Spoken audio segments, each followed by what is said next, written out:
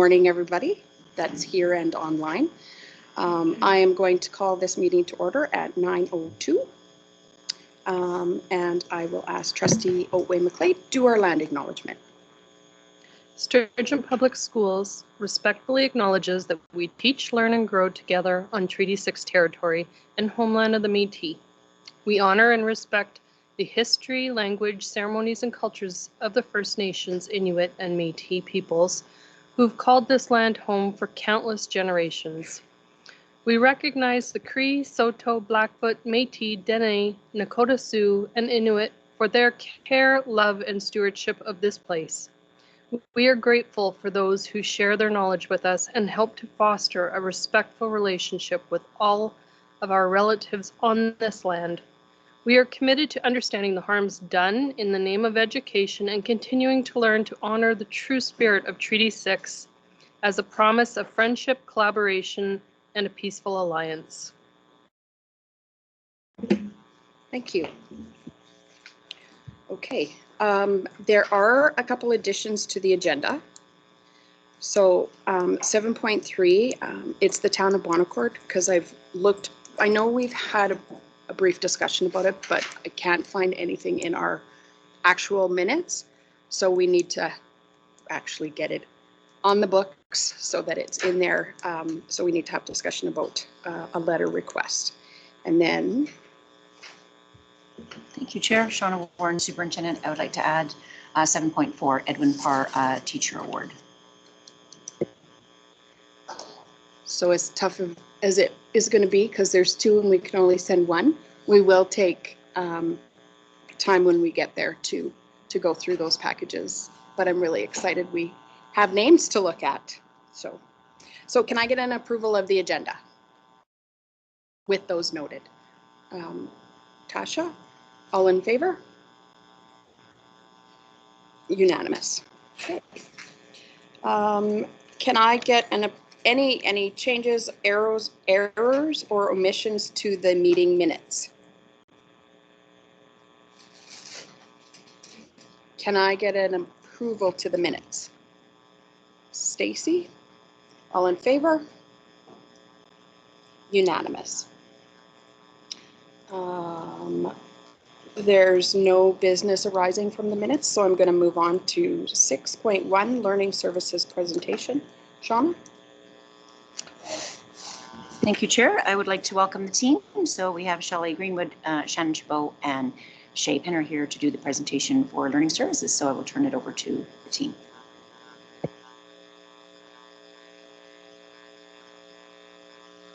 Just push this button. This is my favorite part. Okay. All right.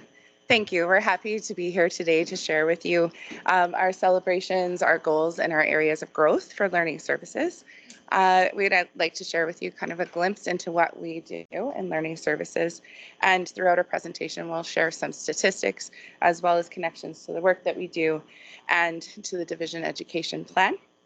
And then we also have some anecdotes from some of our stakeholders that we'll be sharing along the way that highlight the impact of the work that Learning Services does. So thank you for being here today. And we are happy to take questions at the end of our presentation.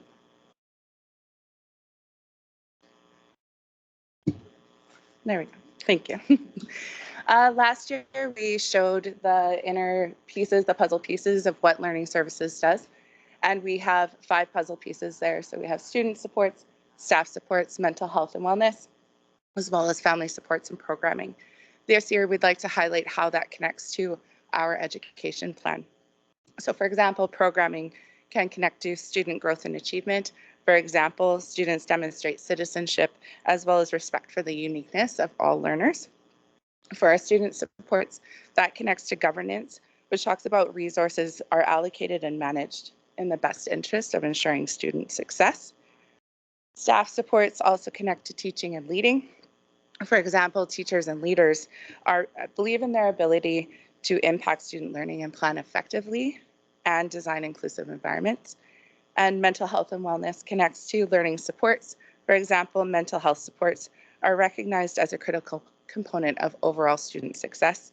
And finally, family supports connect to local and societal context. For example, partnerships with external agencies that are in place and used to enhance conditions required for student achievement. Daily, our work connects directly to the work of our education plan. This year, excuse me, I have a bit of a cold, so I apologize when I sound like a frog. Excuse me. This year, our goals clearly align with the work of Sturgeon Public Schools outcomes, and we are ensuring that we have clear purpose and process in the work that we do, and we always come from the lens of doing what's best for kids. The information we'll share today will speak directly to the narrative of our schools and the complexity of the learning environments in our communities. Excuse me. What did I do? Oh, good. Oh, it was there for a second. Let's try again. And there we go. So our first slide is about our spotlight on strengths and celebrations. Here we'd like to look at our TCIS, which is Therapeutic Crisis Intervention for Schools. We also like to highlight mental health and wellness and our inclusive coaches for behavior and programming.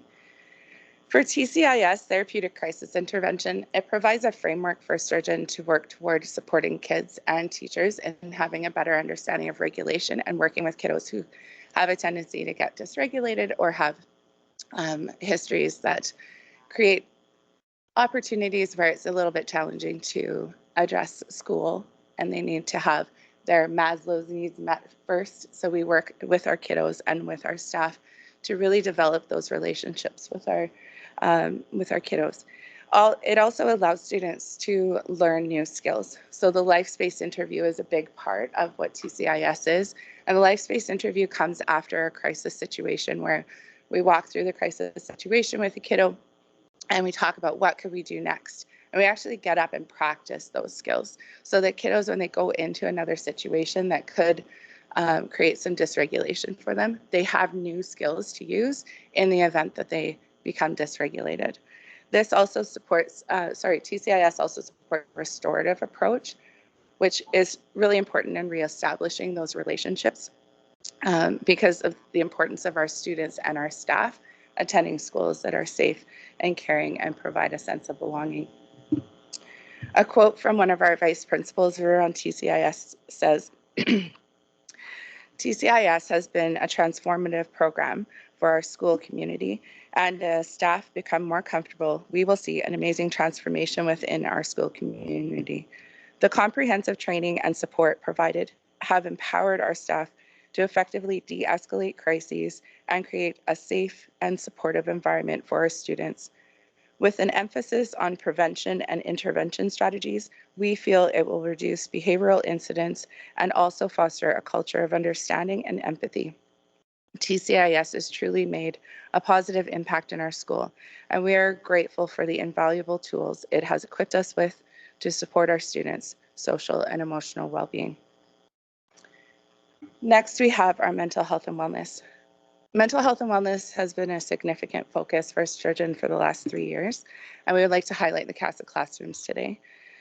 Our CASA classrooms have grown. They opened in February of 2023, and since then they've supported 44 Sturgeon Public School students to gain a further understanding of their own mental health, as well as been provided mental health therapy.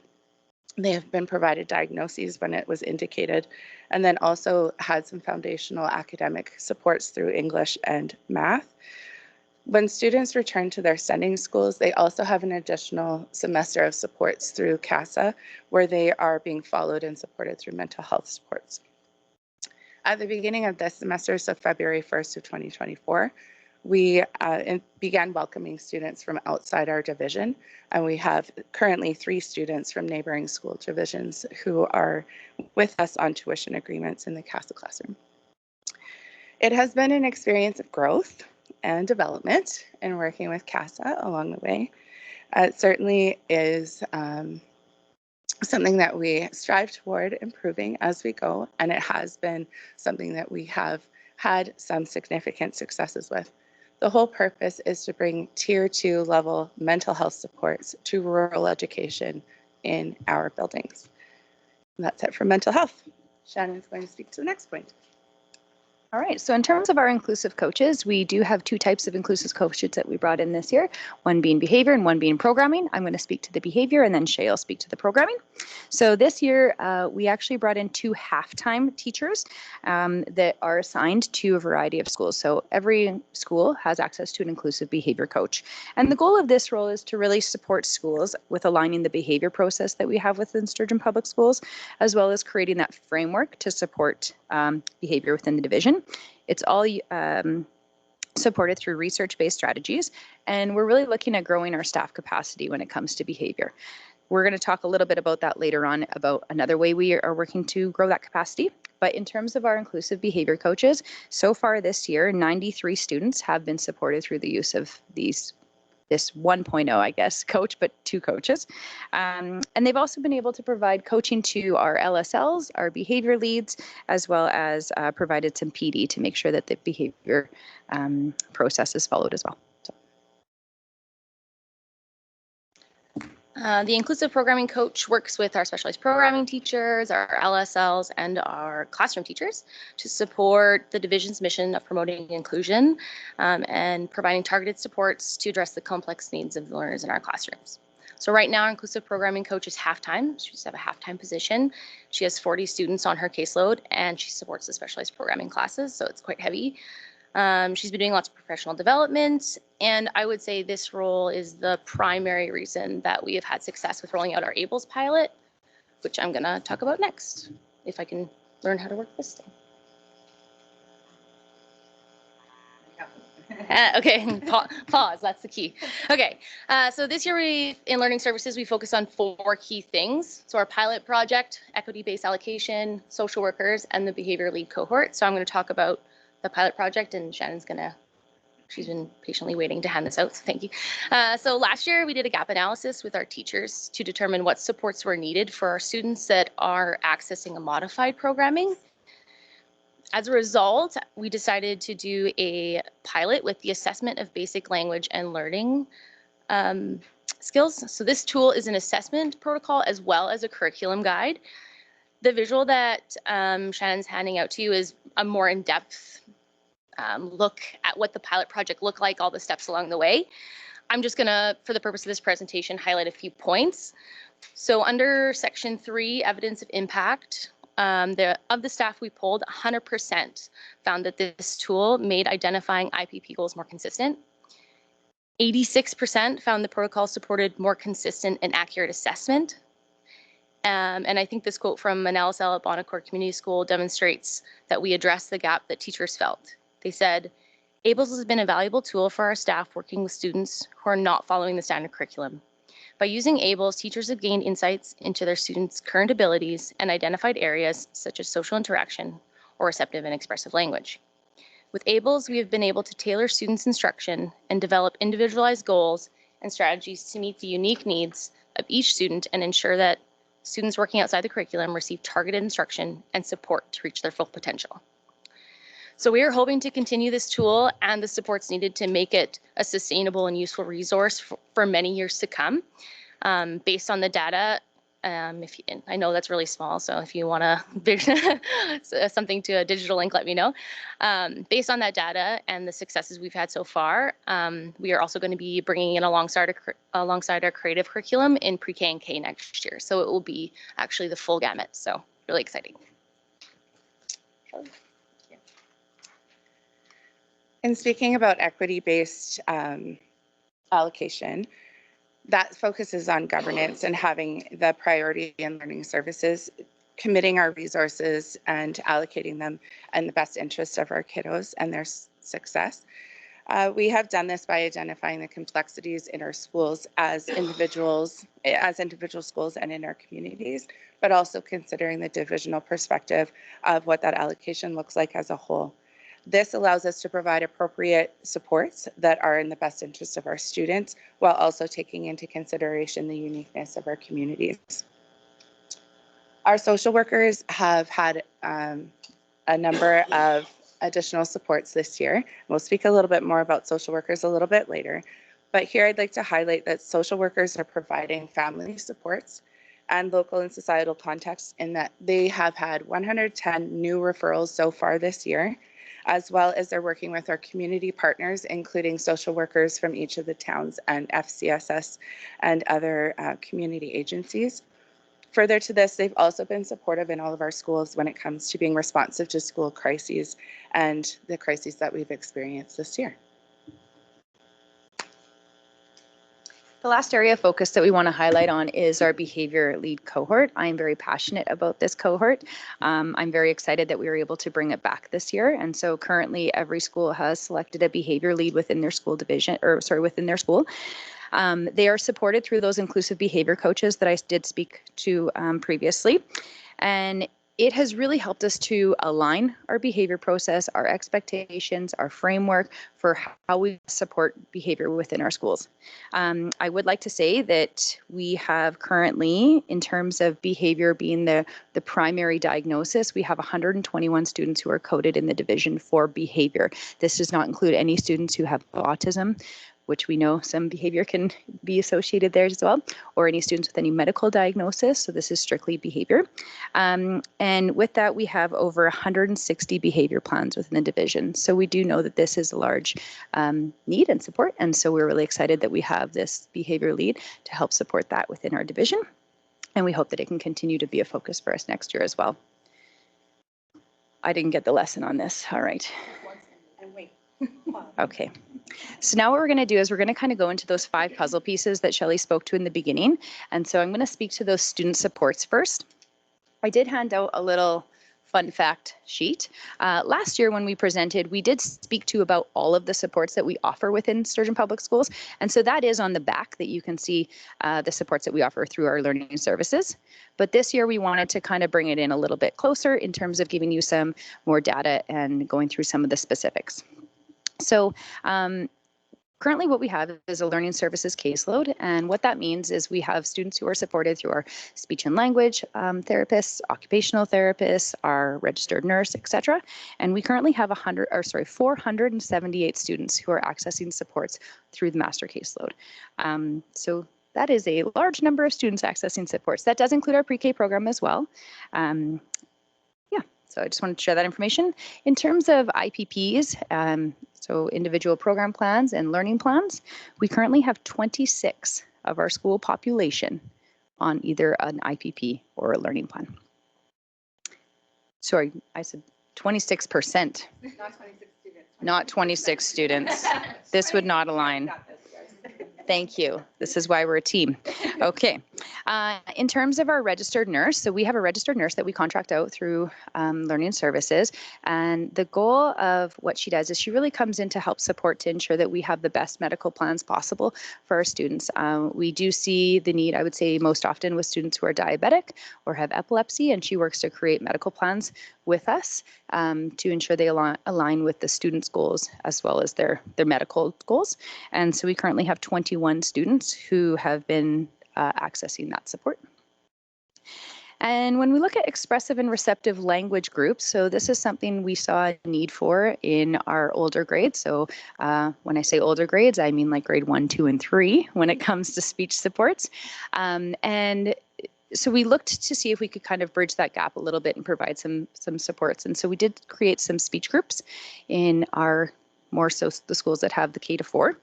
And we have 70 students who are currently getting supports through a small group speech session in terms of the expressive and receptive language skills. I do have a quote that I would like to share with you today, and this quote is from a grade 3 parent at Bon Accord Community School who was one of the students receiving some of those speech supports. We want to express our deepest gratitude for the exceptional support at Bon Accord Community School. Our daughter is offered a rich tapestry of services that go above and beyond, including regulation, mindful mentors, as well as continued individualized program plan development. This year, despite barriers, Bon Accord Community School heard us. We needed help. We needed support for receptive and expressive language delay for a demographic with reduced funding and service options. Bon Accord Community School has been able to offer my daughter speech and language pathology sessions in a small group setting. Your dedication and commitment to support us in accessing speech and language support while at school has truly made remarkable positive impact on our lives. Our daughter tells us stories about her day and reflects positively on activities. We feel fortunate to have had the opportunity to benefit from your outstanding work.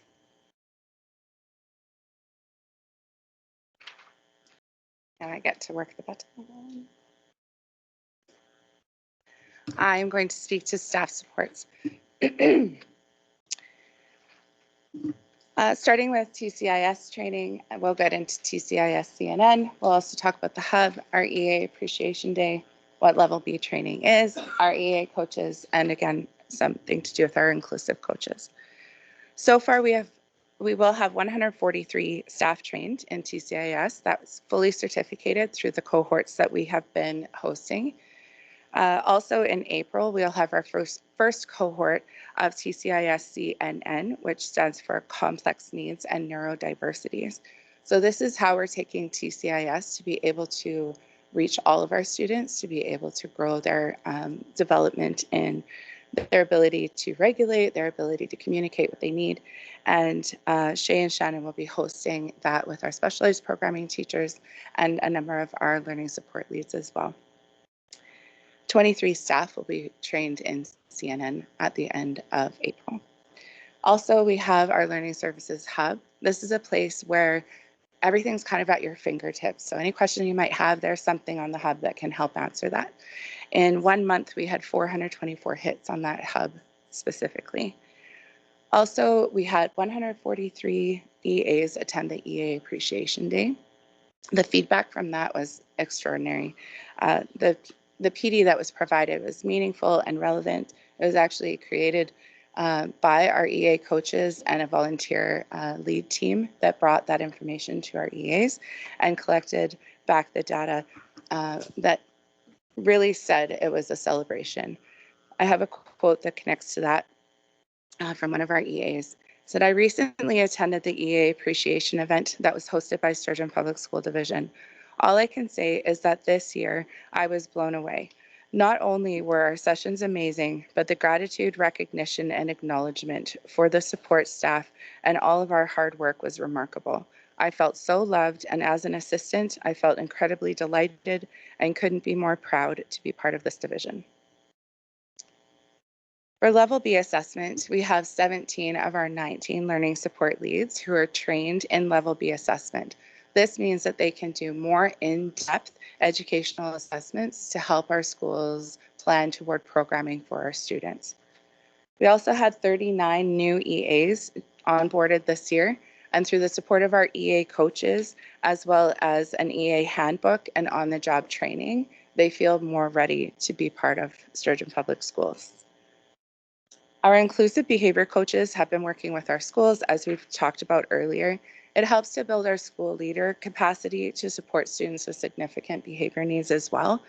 I also have a quote here from a learning support lead that says, the addition of the inclusive behavior coaches is a great asset to the learning services team and fills a much needed gap. It is great to have someone come to our building to work alongside our staff. When dealing with our tricky students, they offer a different perspective and help us build staff's toolboxes, all while increasing staff competency.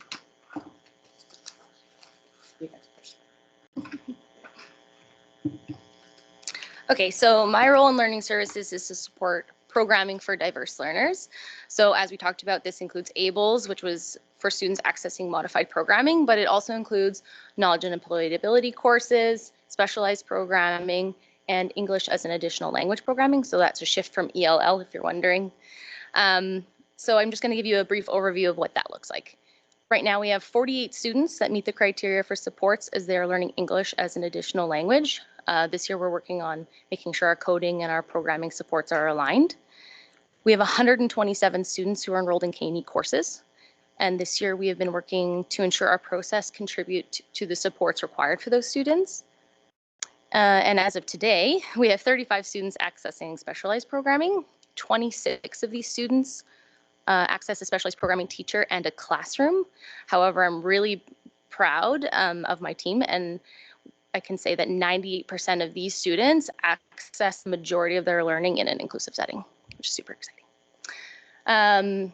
Just to kind of bring it all together, a celebration I wanted to highlight was what happens when you have all of these pieces come together instead of having just specialized programming, just ABLES. So at Nemeo, we have a specialized programming classroom. We have 2 students in that class that require a very high level of need of supports for their needs. And we have ABLES this year. We have the specialized programming cohort that supports the staff. We have Dr. Chandra Lebenhagen, who's been contracted to support, and our EA coaches, and kind of all those things came together, and we saw huge gains in that class this year and in those students. And this is a quote from one of those parents.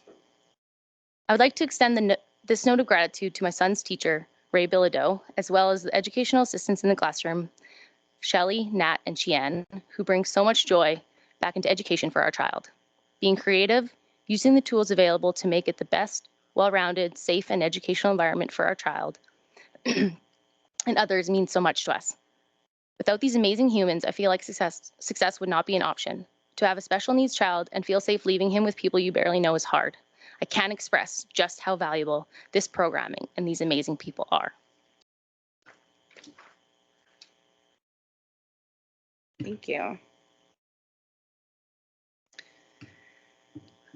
Speaking to mental health and wellness supports, we are going to speak about ASSIST training, feature training, crisis situations, and suicide risk assessments, as well as our mindful mentors.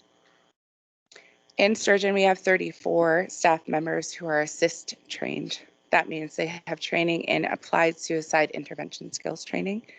This helps our staff clearly identify students who are at risk of harming themselves, and then also help to articulate that with their families so that we can get the students the supports that they absolutely need. Through conversation and observations of students, our teachers have been able to do 58 suicide risk assessments this year and provided the supports to those students. Also, we have 65 staff members trained in VITRA, which is Violent Threat Risk Assessment. This training helps administrators and counselors identify potential risk and the wraparound supports that are available for students should they pose that potential risk. In Sturgeon, we have a partnership with St. Albert, Sturgeon, and our neighboring school divisions called our St. Albert and Sturgeon VITRA protocol, and we lean on our community partners to help us in providing the wraparound services. Those community partners include Alberta Health Services, Children's Services, RCMP, and our neighboring school jurisdictions. In addition to ASSIST and VITRA, our counselors have identified 252 crisis situations that were supported in our schools through school staff and our social workers. Our Mental Health in Schools initiative has brought 4 health coaches to our division. They support at Legal School, Bax, LT, Gibbons, and Lillian Schick. They're called our mindful mentors, but you might also hear them called M&Ms. It's not the chocolate, it's the people. They engage with classes, they engage with small groups, teaching around social emotional learning, and provide opportunities to provide programming outside of school as well on school breaks. Our M&Ms actually work very closely with the town's recreational programmers as well as the social workers in our towns and the county, and they provide programming to meet the needs of our families based on the information that they share. Our mental health workers, support workers, our M&Ms, have improved student connectedness and our sense of belonging in our communities as well as in our schools. And throughout the summer last year, 108 students attended programming provided by our M&Ms. A quote from them is, having different themed days allowed the kids to express creativity, enhance social skills, and engage in physical activities, which all tie to our mental health. The programs really helped the anxious kids work through their anxiety, and some of the older kids took on leadership roles. Since then, we've had repeat participants join us in our programs. The last puzzle piece that we would like to speak to today is about our family supports. Yeah, okay, perfect. So in terms of our social workers, we were actually able to increase our social workers from 25% from last year. So the supports that families were requiring, the caseloads were quite high for our social workers. And so we did bring more on board and to help kind of even out some of those caseloads for them to provide better services and supports.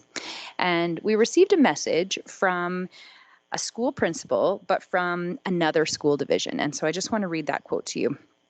It says, I want you to know, and it went to, our social worker. It says, I want you to know that through tear-filled eyes, Mom shared that you have been the first social worker she ever felt safe opening up to. She said you just got it. You're down to earth, understand, and really cared. I wish you could have been here to hear that. And so I just think that speaks volumes to the staff that we have here at Sturgeon Public Schools, and that it is noted in other school divisions, and that those messages are being passed along. So that was really exciting to hear. SHINE, which stands for Supporting Hope and Independence in Natural Environments, they are our FSCD contractor through Sturgeon Public Schools. Their contracts this year have gone up by 20%. So we have been really working with SHINE, and SHINE has been working with our LSLs to kind of bridge that gap for families and allow them to access those supports. And I know Helen and her team has been really great at, when we have a student, kind of bringing her on board and seeing what we can do to better support that family. So they are currently have 50 active contracts going. And the last thing I want to bring attention to is our pre-K and K expos. So we were able to have 86 families come out to our pre-K and K expos. We did host 2 expos. One was at Redwater School and one was at Four Winds. And so we had a total of 86 families join us those nights. And I do have a quote here from a parent who was at one of them. It says, after the pre-K kindergarten expo, I'm excited for my daughter to start school in September. I felt very welcomed by every member of staff I encountered, and I appreciated the streamlined approach to information they offered. I was able to visit the tables I thought would be most specific to my child, and all the questions I had were able to be answered. My daughter was so excited to go over the materials I brought home from the expo and continues to play and look through them weeks later. The expo definitely got her more excited about school, and we have now started a very large countdown until September. The last piece I want to bring attention to is our intakes. And so we do have a pre-K advisor who goes and does all of our intakes. And so far we have received over 75 intakes for next year for our pre-K programming. And this is typically on point for where we would be at this time. Thank you.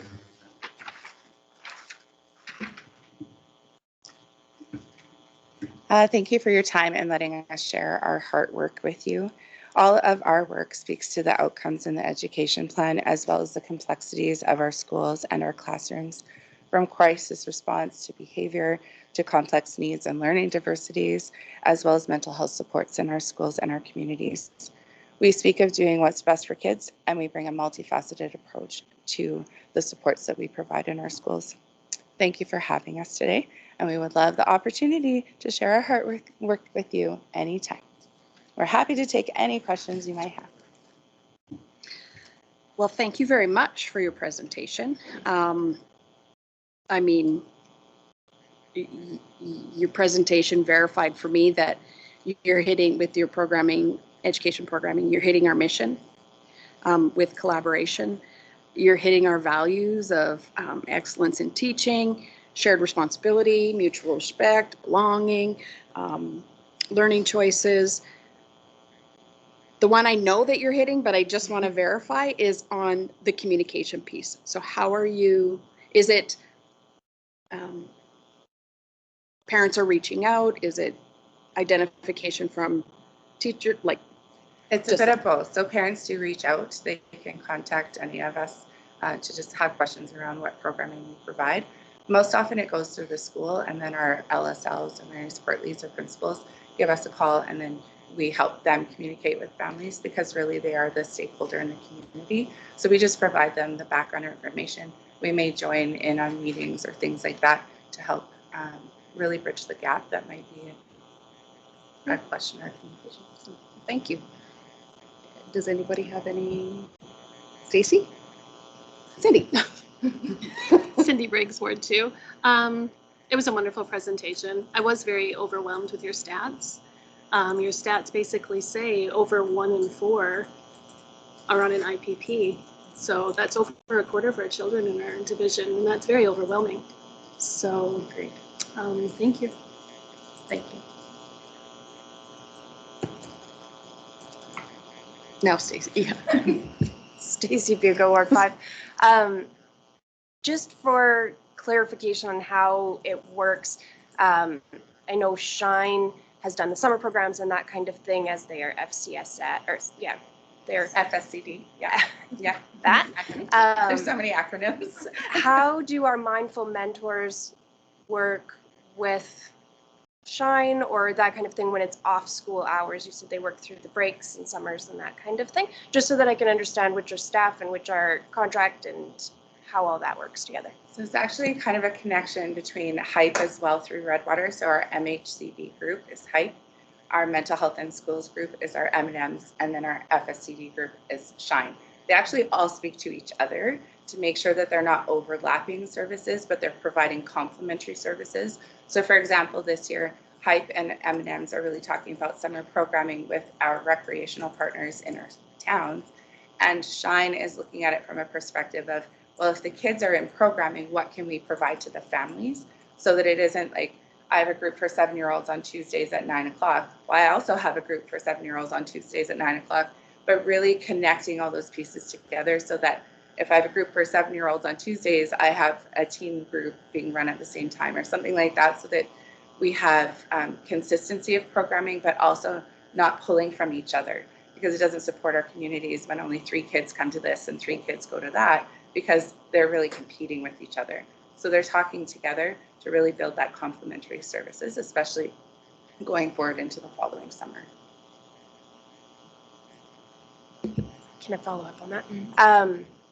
And maybe this isn't a question for you, maybe this is a question maybe for Sean at a later date, but for funding of all these different pieces, and I know like I can see, you know, with the language in your presentation, I can see the pilot project is likely coming from the mental health grant or the classroom complexity grants and all that kind of thing. I would just be curious to know how and where all of that's coming from so that we can make sure that we're focused in the right areas, but maybe that's not a you question. I feel like that's above my Yeah, pay grade. okay, fair, thank you. Thank you, and it is a great question, Trustee Buga. So I just want to clarify to the board, just 2 things to remember, that HYPE and our Shine, they are funded through AHS. So just remember that that runs, it's under us and it's run by us, but it's funded through AHS. Now, when we talk about our new M&Ms, and no, it is not the candy, there is a completely new initiative that is part of the MHIN grant that we applied for, so the mental health in schools. This is brand new also. That was put out partway through the year last year from the government. And so they are also social worker roles. So when we talk about right now, I have to say that when the board chair brought forward the idea to try to help us rebuild the RCSD model of bringing our counties and our towns together to talk about what are you doing for summer programming, what's being offered. That is that piece. That is not normal. This is brand new in school divisions if you were successful in getting that grant. And when you talk about how does that run, that's why it's outside of the scope of the day, and why it's during the summer that is completely different and it's separate funding. And that was part of that mental health in schools grant that we applied for and were successful in attaining. Does that help? Trish. Just a comment, Trish Marie Elliott, Ward 4. There are certain areas I think that Sturgeon Public Schools does really well in the province, like leaders. And this is definitely one of them. I'm glad that you're being acknowledged for that. We see it. So thank you very much. Keep up the great work, and we'll do our best to make sure your funding as best we can is. Thank you. Thank you. Okay. Well, thank you very much. Thank you for having us. I know. I looked over and I was like, oh no. In my pocket immediately. I very much appreciate that. And thank you for the brain. Yes. Have a great day. Okay.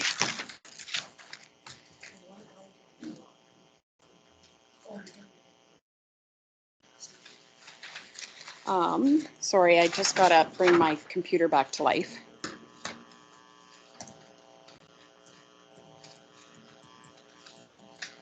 So we're gonna move on to 7.1, Board Policy 120.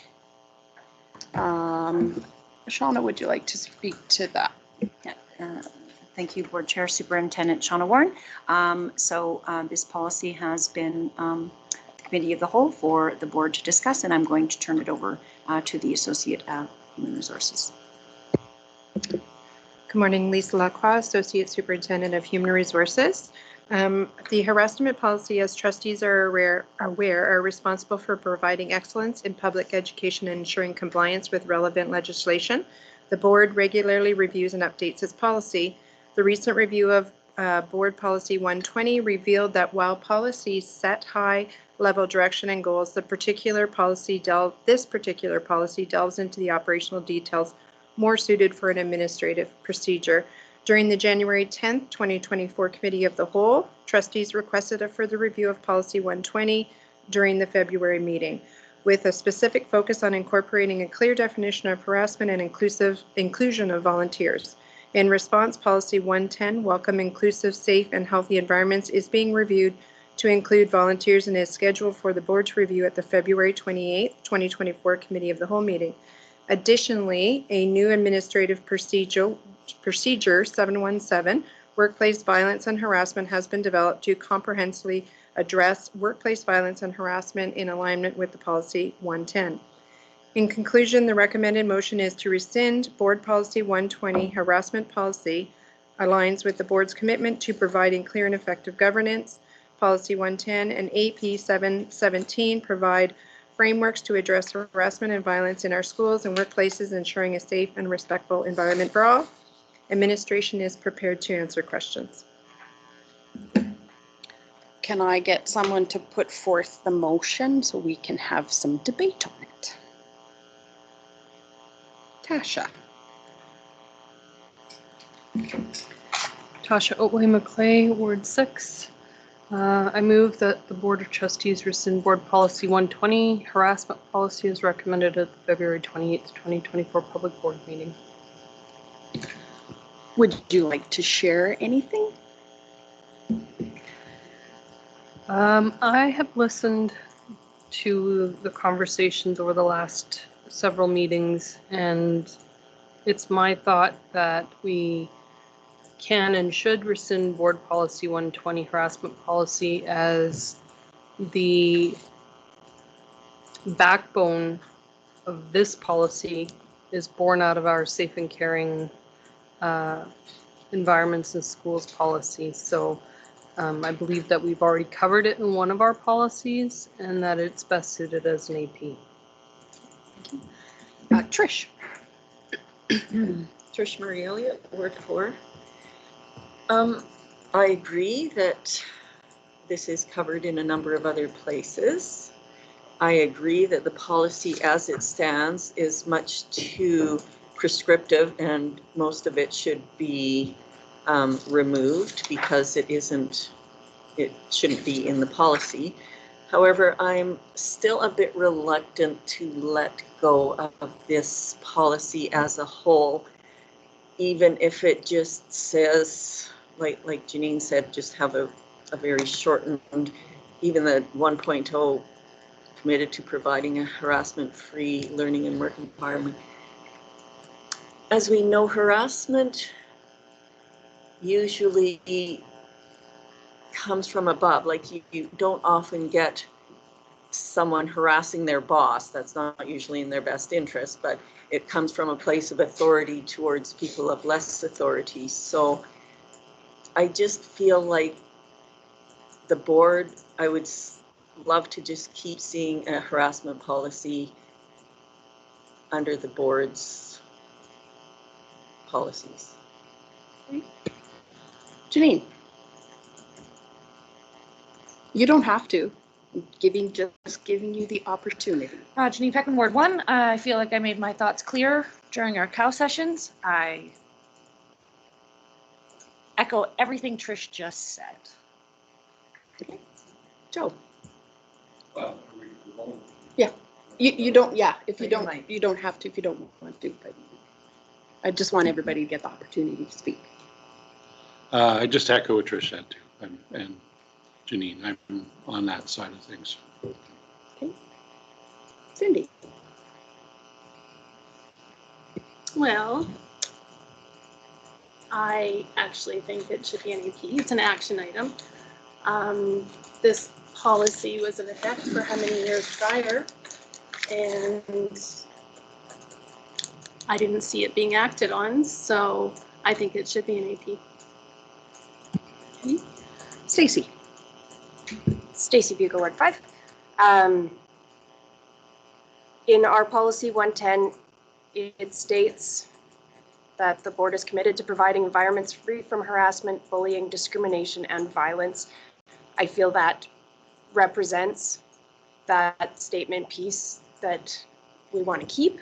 I feel that as governors, it is our role to make sure that it is clear and easy for the public to find where we stand.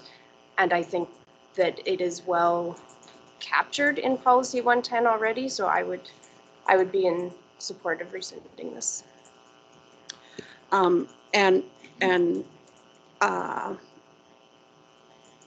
I too feel that it's captured in 110, and I like the positive,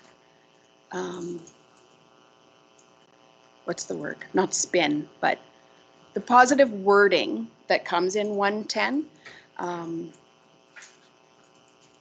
Whereas I feel policy 120 is more of an action item. We don't action this. We want to have the safe, caring, and inclusive environments. I see that as our overarching.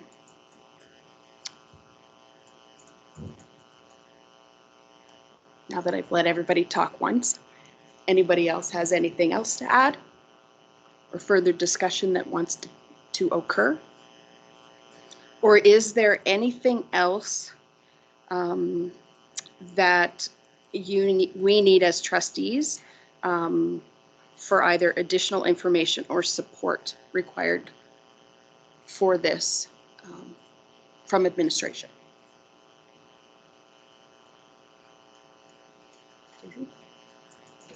Stacy Bugle, Ward 5. Not that we need anything else, just to call attention that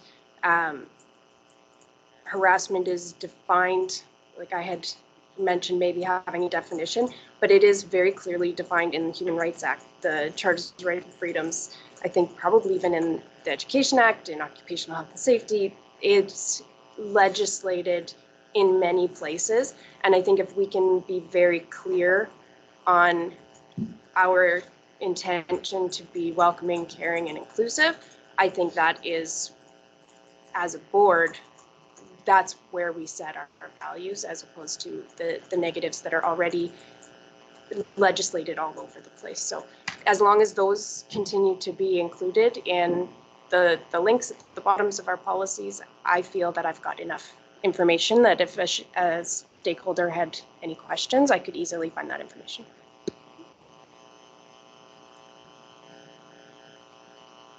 Trish? And just a quick comment. I agree that we like to frame things in the positive when we can. To me, it's really hard to frame harassment in a positive light. So.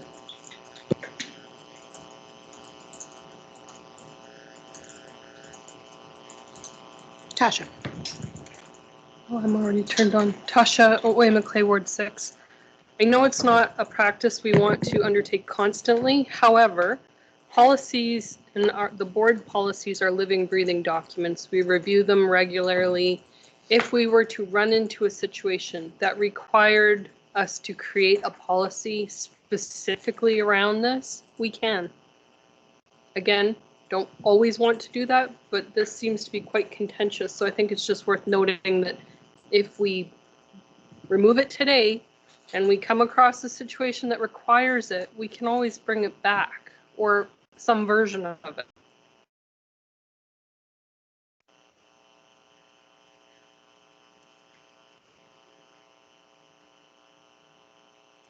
Okay, so sensing no further discussion, I'm going to call the question that the Board of Trustees rescind Board Policy 120, harassment policy as recommended at the February 28th, 2024 public board meeting.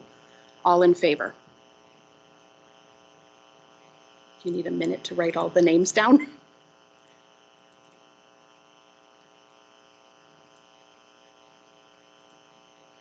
Okay, all opposed? Okay, motion carried. Okay, 7.2, Board Policy 230, Appendix A, Committee of the Whole. Sorry, gotta get back to my agenda.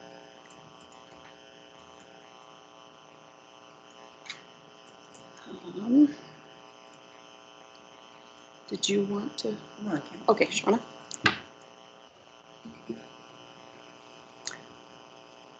We were noticing as administration, as the board had talked about last year, which was interesting because it's in the PSBA Module 7 on development of policies, et cetera, actually recommending that policies could be done at a committee of the whole so that all trustees are there. And it was just, as we were noticing this year, shifting more committees inside the committee of the whole, that the committee of the whole meetings were quite long, and that the public board meetings were shorter, and to respect trustee time and to allow lots of time to actually dig into your policies and legislation that guides the work that you do, that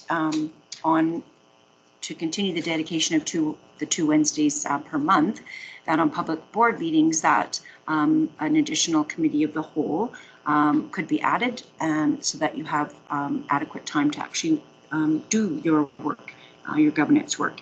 And so the recommendation that was brought forward to the committee of the whole was just updating the appendix to actually read that you would be adding a second one on the afternoons of the public board meeting days. Okay. Would someone like to put forth the motion? Cindy? I move that the Board of Trustees approve the amendments to the Board Policy 230, Appendix A, Committee of the Whole was presented at the February 28th, 2024 public board meeting. Questions? Debate? Trish? Trish Marie Elliott, Ward 4. So I see there's an agenda for a potential committee of the whole meeting later today. Would that normally be sent out prior to the day of the public board meeting? Yeah, it came out in the same email. The cow, yeah.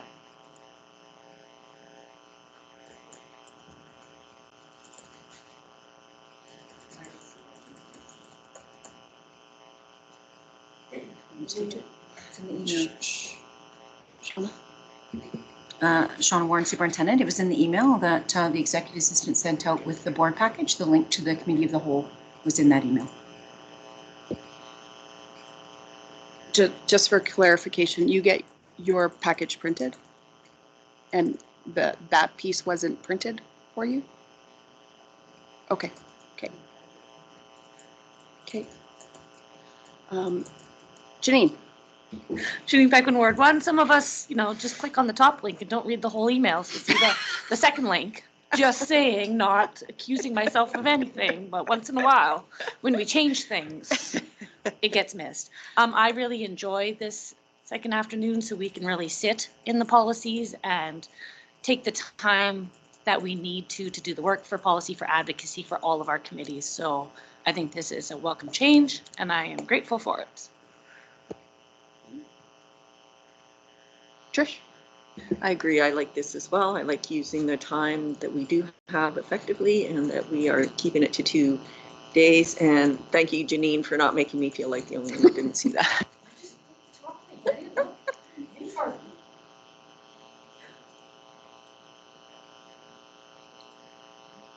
Okay, I am going to call the question then that the Board of Trustees approve the amendments to Board Policy 230 Appendix A, Committee of the Whole is presented at the February 28th, 2024 public board meeting. All in favor? Unanimous. Okay. 7.3, the Town of Bon Accord letter. So I think it was January, and we had discussions, but I don't know that it was formal discussions. So the Town of Bon Accord had been asking for a letter.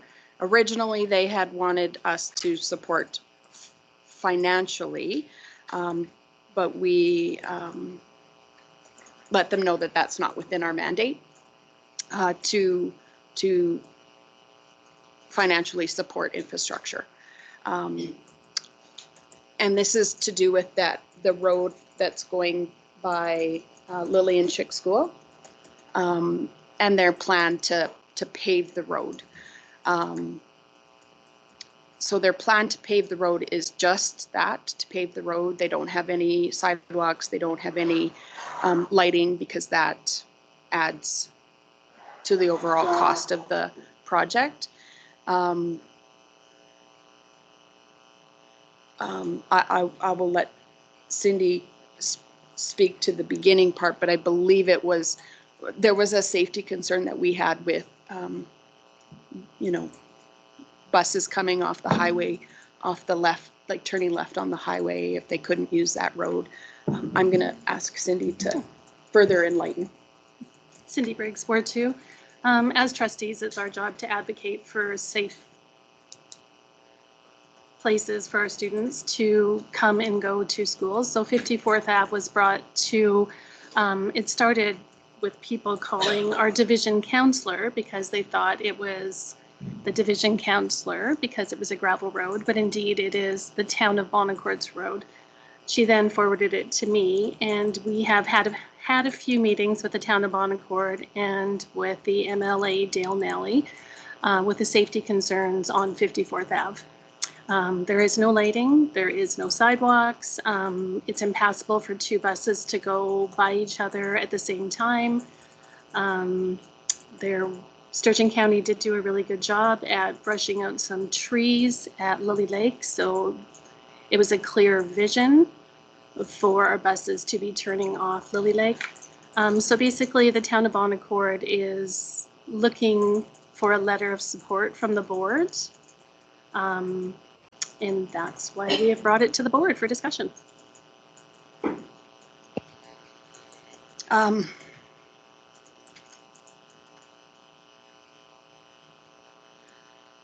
Yeah, so one thing I just want to add, because I believe that they are putting forward a proposal to Sturgeon County to ask Sturgeon County for money for paving it. They've taken that off of because we told them we can't do that. I'm not opposed to advocating for safe ways for our student to get to schools. I'm a little concerned about our relationship with Sturgeon County and what the impact will look like, depending on what is asked and what comes out of it. So let's discuss. Trish. Trish Marie Elliott, Ward 4. Did we send a letter to the Town of Bon Accord? No. Janine. I'm not okay with us sending a letter advocating either way. I am okay with us sending a letter highlighting our concerns about the children's safety, but not just the facts of this is our concerns about children's safety, but not suggesting a fix and who should fix it and anything like that. Just this is our concerns. I'm okay with that. Okay. Joe? Joe Dwyer, Ward 3. I totally agree. That's what I was going to say. If we're getting into any details of it, we need to detail like a sidewalk in there. It has to be this, not just pavement. And our concerns are safety. And we're going to do any letter at all. That should be a main part of that document and that letter before it goes out. Just to say we agree there's more to it than that. Thanks. Tasha? Tasha Otway Maclay, Ward 6. And to further that, I think that we need to emphasize that Safety of our students is everybody's responsibility. And yeah, I don't care which level of governments want to cooperate or don't want to cooperate. We all need to be concerned about students in our communities. Stacy? Stacy B. Ward 5. Yeah, I would definitely say drafting our letter that we can send to them in support of their initiative is one thing, but us, where we won't be signatories on their letter saying that we are partnering with them in their ask, but I agree with what everybody has said there. Cindy? And I think in our previous conversations, we were very clear as a board, is that we were not partnering with anybody. We are advocating as a board for safety of our students. So that is a discussion I remember in January. So I'm glad we are having it again to make sure it's clear.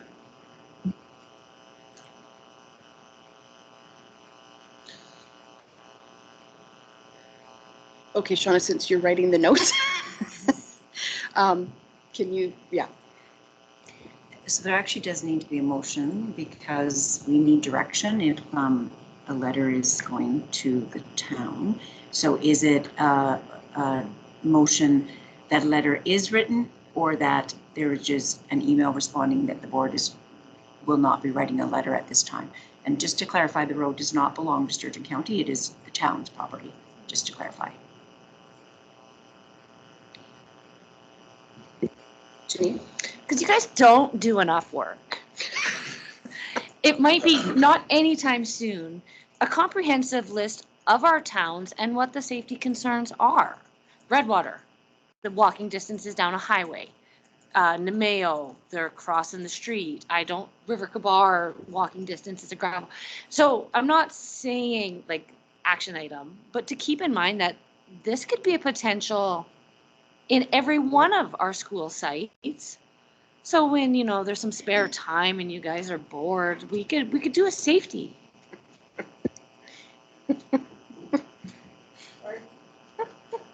Cindy?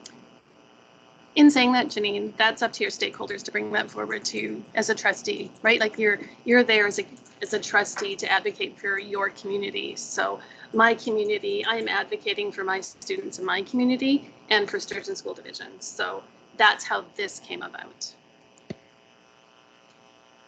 Stacy?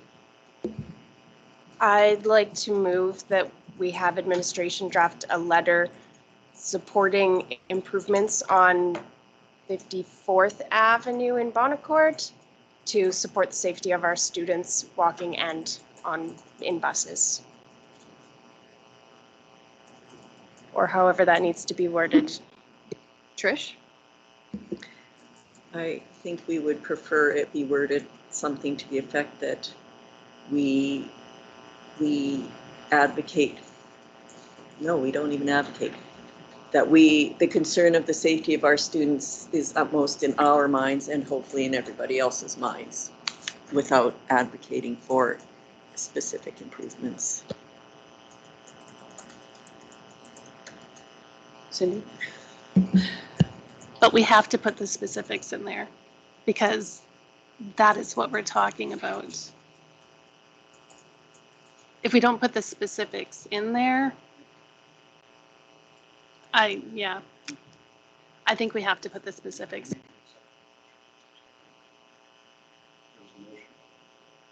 Okay, yeah, the motion's on the floor and we're debating the motion set before about. We don't have to second a motion. Janine?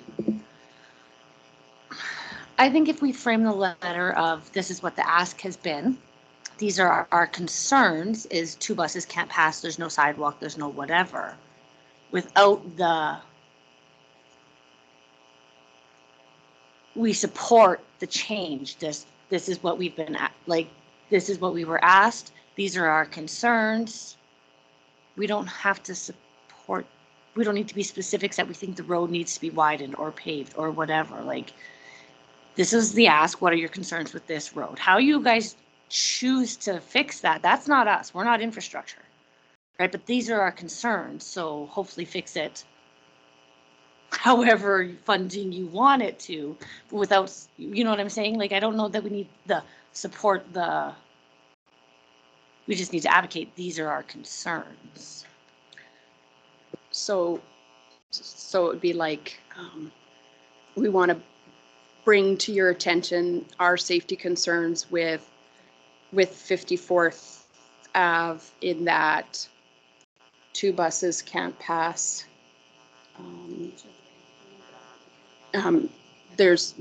Children are walking on the same road that vehicles are traveling. There's no sidewalk. It's not lit. What are our other safety? And I think it's important that we stand alone on this as a board of trustees and that we're not partnering with anybody, that we stand alone with our safety concerns. And I think that's our big thing, is because we are building relationships with everybody. We're not picking a side or trying to be with someone. Or Shauna? Thanks, Shauna Warren, Superintendent. There's just 2 things just to clarify. The town's request is actually, they want to know if the board will write a letter. It's actually to Sturgeon County. So that's the clarification we need that on. But the second piece, just as Trustee Pequin asked, remember when the government, we were first advocating for them to change how transportation was funded with the 2.4 kilometer? We did that whole study, member by community, about all of the not safing. So it's in that full report. So we actually have that by every community, whether there was same thing, exactly what you just said, Trustee Pequin, about crossing highways, no lit sidewalks, etc. That was done by each area when we put that together for the government when you were advocating for changes to transportation funding. So we actually have all that information. But just to be clear, that the town of Bonaccord is actually asking about a letter that actually would be from the board to Sturgeon County. So I just want to be very clear just about what the ask is, because I'm not sure that all trustees are understanding what the ask is. Tasha? Okay, so I think the context of Janine's information is correct. I think that I wouldn't want to single out one level of government. So if we're going to send the letter, I think we should send it to the province, the town, and the county. All of them are already aware. This is just a reiteration. Stacy? Sorry, I didn't realize that it was directly to the county is what the ask is. I thought it was to town of Bonaccord so that they can do their proposals. So this, That's what I thought too. to me, switches it a little bit. Can I amend my own motion? Or not until that's... Yeah. I would like to change that the Board of Trustees have administration draft a letter to Sturgeon County regarding our safety concerns, including Bonaccord's 54th Avenue, as well as the intersections that we've brought to the attention of the county in the past, as per our discussions with Dan Druin in January. Okay. So the amendment that is put forth is that the letter go to Sturgeon County.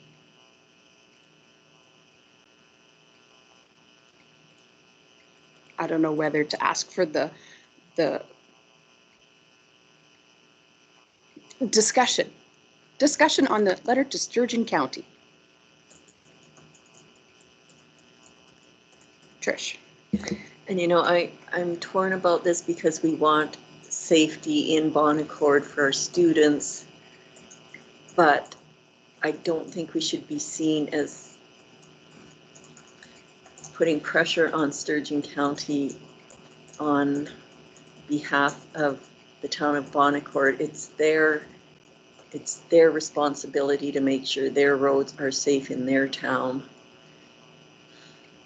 If Sturgeon County wants to help them, great, but I don't think we can jeopardize our relationship with Sturgeon County to pressure on behalf of another municipality.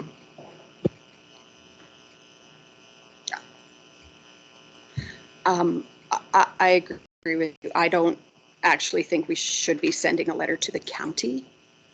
If we're sending a letter of our safety concerns, it should go to the town of Bon Accord. If they wanted to include that in their package to the county, that is one thing, that's up to them, but that I feel it needs to be our safety concerns going to Bon Accord, the town of Bon Accord. Cindy? I'm going to agree with you, Irene. This started with concerns, and this is municipal. We have a lot of safety concerns within Sturgeon County. This is the one we're talking about right now. We can put our safety concerns with the letter, and they can send it to whoever they want to, but we are not a partner. We're simply stating our safety concerns within that municipality.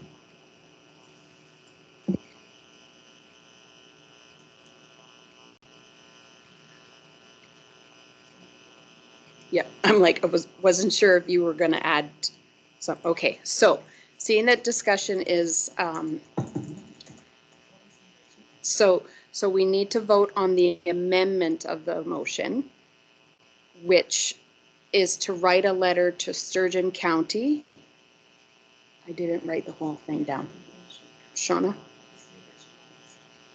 So the friendly amended one is that administration draft a letter to Sturgeon County about the overall concerns with all safety concerns of the different intersections that you brought up previously. So 3728. And then I guess this road will be added even though it's not a Sturgeon County road. That's the only tricky thing, right? Because that road has actually been annexed. It's actually the town's road. That one, it's not Sturgeon County, but that's the motion. The motion was that administration draft a letter to Sturgeon County about overall concerns. Okay. So all in favor for writing administration to draft a letter to Sturgeon County, with everything else that was just said. All in favor? Okay. Opposed? Okay, motion defeated. So now we'll go back to the original motion, which could someone read to me when they have a minute?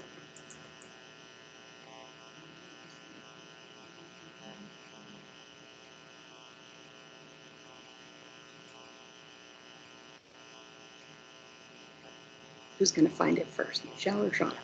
Do you have it, Michelle?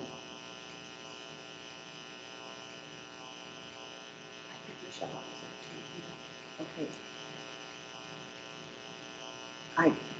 I don't have this, I don't think it's full working. So Trustee Buca, I wrote down that administration would draft a letter to support the town's initiative. I didn't catch the rest of it.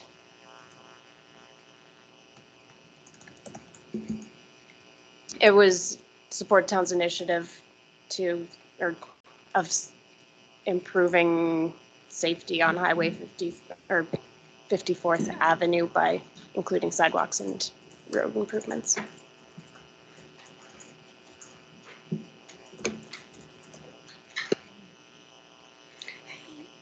The motion was to have admin draft a letter to the town of Bon Accord in support of their initiatives to improve safety. Oh, by including sidewalks and lighting.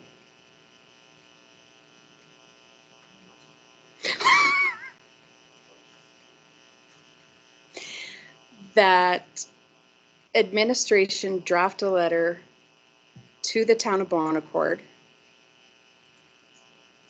in support of their initiatives to improve safety of sidewalks and lighting on 54th Ave.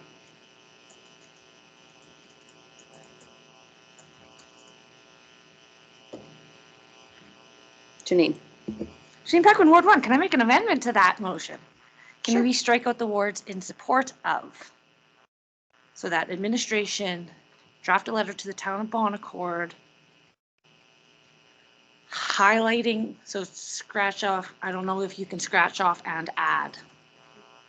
So scratch off "in support of," add highlighting board's concerns. Right, because we don't want to be in support of, we want to highlight our concerns. So we need to, does that make sense?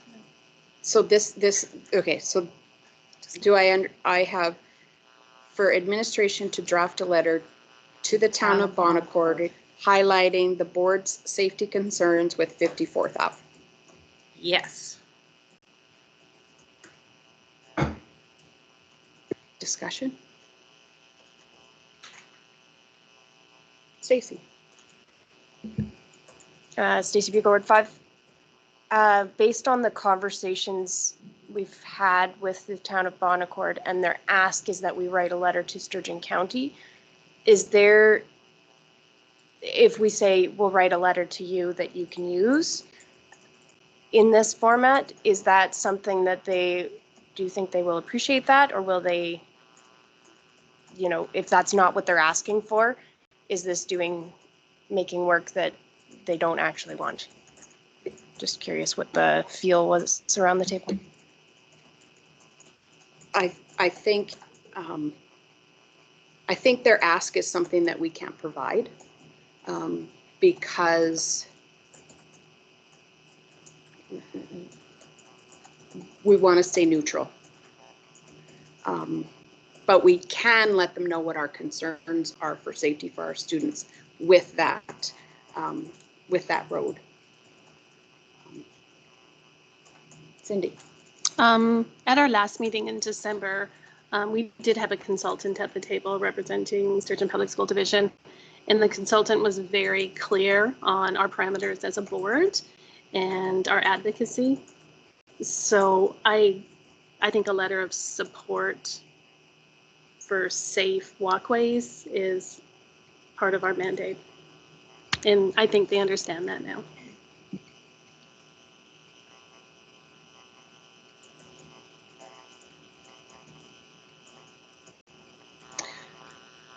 Joe.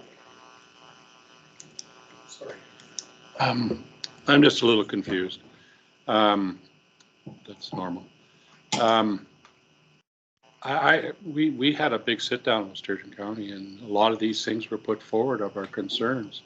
I mean, I don't object to putting it in some kind of letter form but it might, to me, it might be a little confusing to them why that long after we're all of a sudden put in letter form to them. So I'm not sure. I don't know what I'm trying to say. I just think this is confusing, and I think there's a lot of safety concerns, and I think the one in Bon Accord is a big one. I just would like to take a little bit more time at this and maybe talk about the CAL meeting, how we address that letter and what is in that letter and what the format be around safety of all our schools and roads and all that, and maybe do an inclusive list. But we should think about it that we did sit down with them and advocate for all that, and those things were all mentioned in that meeting. I just wanted to put that forward. I don't know what that means right now, but I wanted to put that forward. I'm going to see if I can find the actual letter. Sorry?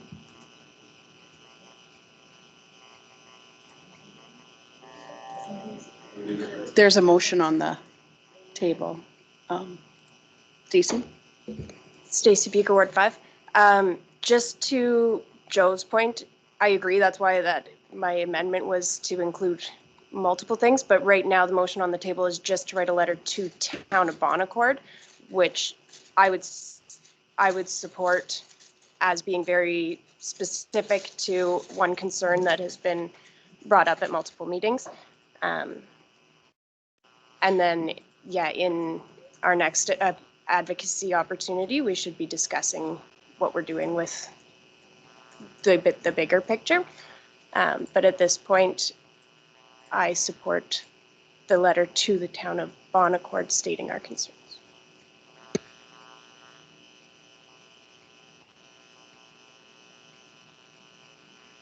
do you want me to read the email for more context, or do we want to deal with this motion first? Okay. So the amendment is for administration to draft a letter to the town of Bon Accord highlighting the board's safety concerns with 54th Avenue. All in favor?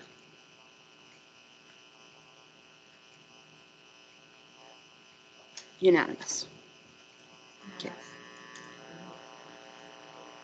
So we have kept the amendment. So now the motion reads that we would like administration to draft a letter to the town of Bon Accord highlighting board safety concerns with 54th Ave.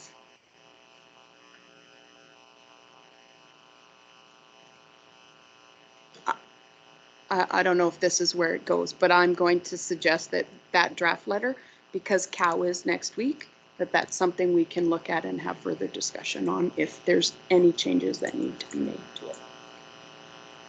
Is that okay? I think an extra week is going to be okay for them. Okay, so I'm calling the question that we have administration draft a letter to the town of Bon Accord highlighting board safety concerns with 54th Ave. All in favor? Okay, unanimous.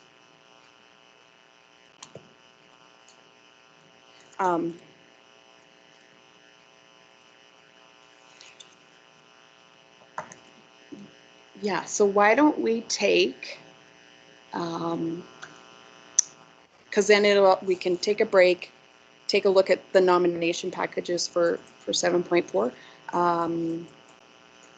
15 minutes to take your break and read your packages? Okay, so we'll take a 15-minute break at 10:24.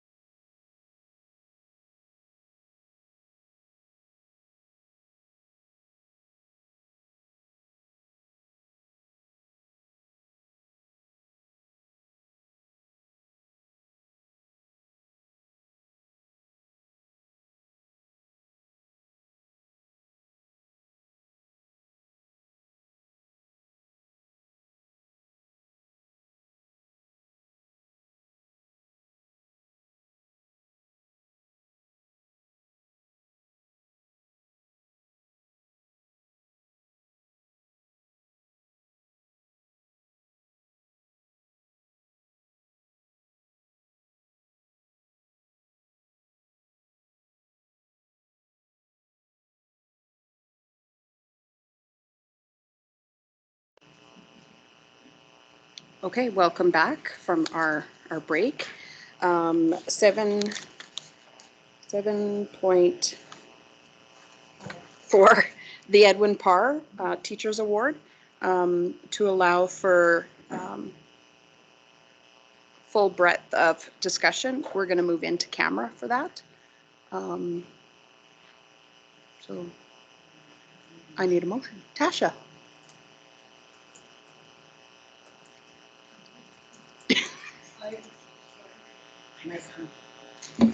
Tasha Owen Clay, Ward 6. I move that the board go into closed session. All in favor? Unanimous.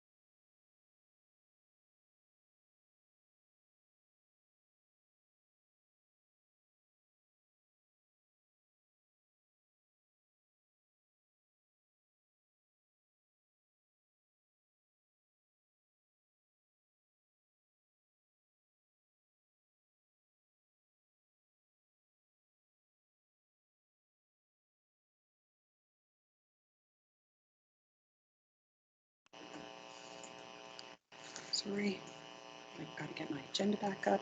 7.4, Edwin Parr. Can I get someone to put forth the motion?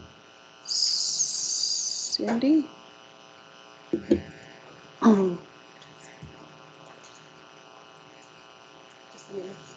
Just number 2. Recommended motion, I move that the Board of Trustees nominate Chris Jansen as the board's nominee for the Edwin Parr Award for 2023-2024, recognizing his exceptional teaching within his first year. Any discussion or debate on the motion? Seeing none, I'll call the question that the Board of Trustees nominate Chris Jansen for the board's nominee for the Edwin Parr Award for 2023-2024, recognizing his exceptional teaching within his first year. All in favor? Motion carried unanimous. Okay.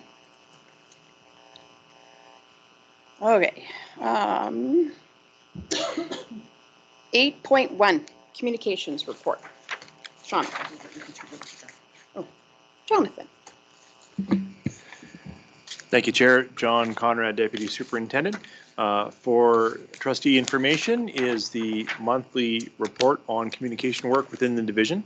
Highlighted is some of the video work that the communication team built to celebrate the hard work of our educational assistants. It was shared through social media, but also at the January 31st Educational Assistant mini convention that was hosted at Nemeo. A lot of work this month has gone into supporting our registration blitz. This is now a tradition in Sturgeon Public the last couple of years, and it really encourages our current families and of course new families to give us their intent to register in our schools for next year. This helps with planning. This helps really get a true understanding of who's coming back to us or who's coming new to us, and it starts us on the path for next year, and it's very important. And communications did significant work supporting all of our schools and the whole division in that blitz. Congrats to Nemeo for winning that blitz. Oh, sorry, maybe I shouldn't have put that in the public arena, but actually all schools enjoy the extra push for a bit of competition in terms of getting communication to our families. Communication has also supported our parent engagement nights. We have done 5 of 6, and feedback continues to be great appreciation by parents that come out and community members that come, that we are present, we are listening, and really aligns with the board's work to hear from our stakeholders. And communication has been supporting those events. One that's ongoing, but became a focus before and will now continue during the registration blitz, is the improvement and cleanup of both our division websites and the cohesion of our school website. So that's a lot of work that communications is engaged in as well. Some links we've been in the media and some highlights on events that communications supports for the division. We're prepared to take any questions. Okay, thank you. Stacy. Stacy Bugle, Ward 5. Just as it is priority number 4 about French immersion, I'm having a lot of families asking me what French immersion looks like, and I like to share as much as I can from Sturgeon directly when it's on social media or anything like that. So I don't know if we can include a bit more information just while this registration blitz is still going, because I've got a lot of families within Morinville that switch divisions because they don't know that's just their pathway. They have their kids at MPS and then switch them over for French immersion, and I'm very confused about why that's happening, but I've had a couple of stakeholders that have commented that way, and I want to make sure that I'm giving proper information of the possibilities and the great things that French immersion all the way through to grade 12 at Sturgeon can be. So just if that can be noted for marketing while the registration blitz is still on, I don't want to miss any opportunities. Thanks. Shauna. Could I just ask for clarification? Are you wanting forward facing as marketing facing forward, or like at our pre-KK expo where we had the tables set up where we actually have the brochures and everything? Are you wanting to have that on hand, or are you wanting it more just forward facing on social media, etc.? Forward facing on social media is great. Seeing here the link on the update on our website, I can share that too. I didn't realize that that had been updated, so I can share that with my families as well. And it's really at the junior high level that I'm seeing the concerns or the conversation around French immersion is quite targeted at that grade 8, 9, where in Morinville, the other school division has the high school that goes from 9 till 12. So that's kind of my target. But thank you. Thank you for that clarification. I wanted to clarify something. I may have misspoke about the registration, but registration is ongoing now. It's open, it continues. The sites are there, the links are there. They keep working. We keep taking families. There's just a shorter time when we try to get all of our schools really talking to our families. Trish. I have a question. Are we still doing the division newsletter? If we are, I seem to have been dropped off the list, and sometimes it's linked in with this report, but maybe I missed it, but I didn't see it this month. So is that still an ongoing? Jonathan. Yes, apologies. I didn't get it linked into this report. I will fix that and get it to you. Thanks. I guess follow up. Should I speak to someone about making sure my name is on the list? Jonathan. I can follow up with yourself, trustee, and with anyone else if they're having issues with newsletters. We can follow up after the meeting. Cindy? Mine's just a comment. I just want to say that it's created a buzz around the division with this registration blitz, but it's even created a buzz within schools, having competitions, what classes can get the most registrations. So it's actually fun. Mm-hmm. Okay. Well, thank you. 8.2, 2023-2024 Superintendent Discretionary Fund. Shauna. Thank you, Chair. Shauna Warren, Superintendent. As provided each month at the public board meeting, as a breakdown of the Superintendent Discretionary Fund dollars where they have been allocated. So from January 18th to February 21st, there's $839.20 went towards some TCIS resources. We added 1.0 teacher at Redwater School for the remainder of this school year to support a large grade 9 class. $2,500 has been allocated to support a spring type training camp to promote drumline at Sturgeon Comp through our junior highs, and we will be offering it just like very similar to how the football spring camp runs, introducing it to junior high students, where it would be 2 nights of training. So the kids go, they sign up, they go, they learn a little about. The second night would include some type of showcase for parents to see their child, and also the second night will coincide with strides. So it should be very fun, and that's an initiative that was actually brought forward by Mr. Swenson, and we hope to continue that each year to grow our drumline in the division and promote it. There's additional $1,300 that were required just for that STEAM PD. That was already reported in my last month, but just some updated costs, finalizing it for that the STEAM lead group to go to a specific PD event. And lastly, 1.0 EAFT for the remainder of the year, and that is just to support an educational assistant that is has been in place at BAX that was funded through Jordan's Principal, but the student moved out of the division, and with Jordan's Principal, as you're aware, the dollars follow the student. However, that is a class that actually very much needs the support, and so discretionary dollars were used to support that position for the remainder of the year.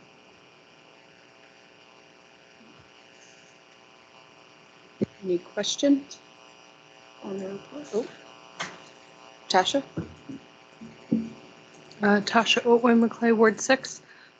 I'm just wondering, I've been following along all year and it looks like this is good, but I just wanted to check with Superintendent Warren that you still feel that this amount has been sufficient for the year. If you recall, I thought it was pretty low given what it was in the past. So I just wanted to double check at this point in the year.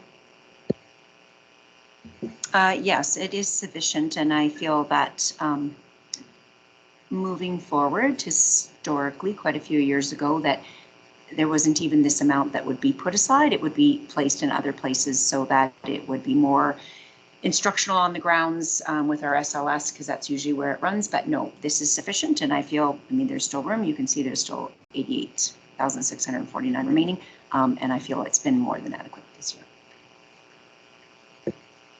Trish? I wonder if I could just get a little bit of clarification on the child and youth care workers.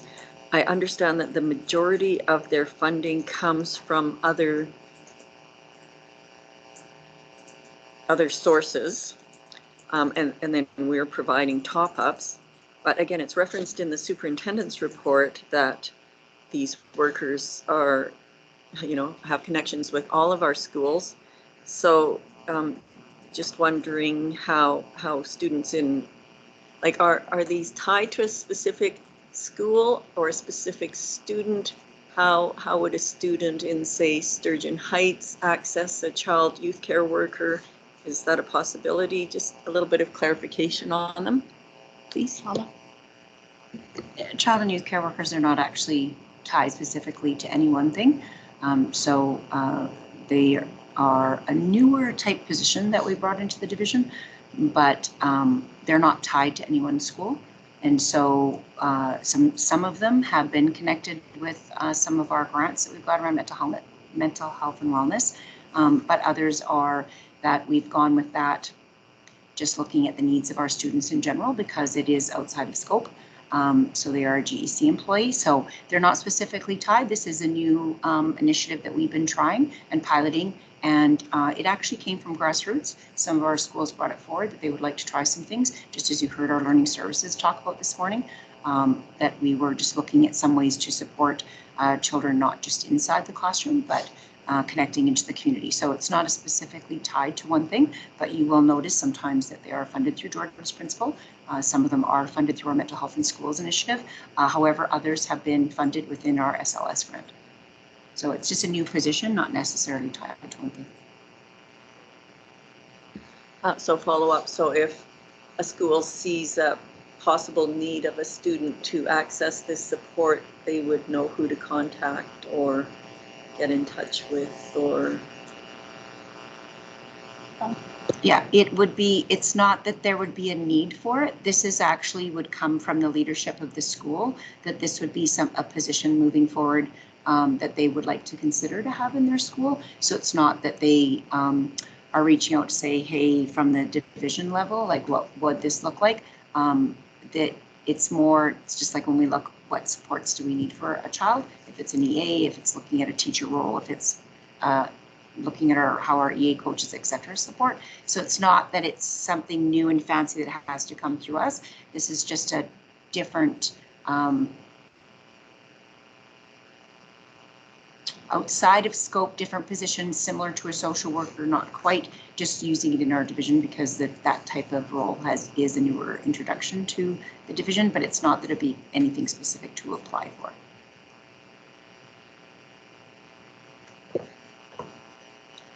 Okay, thank you.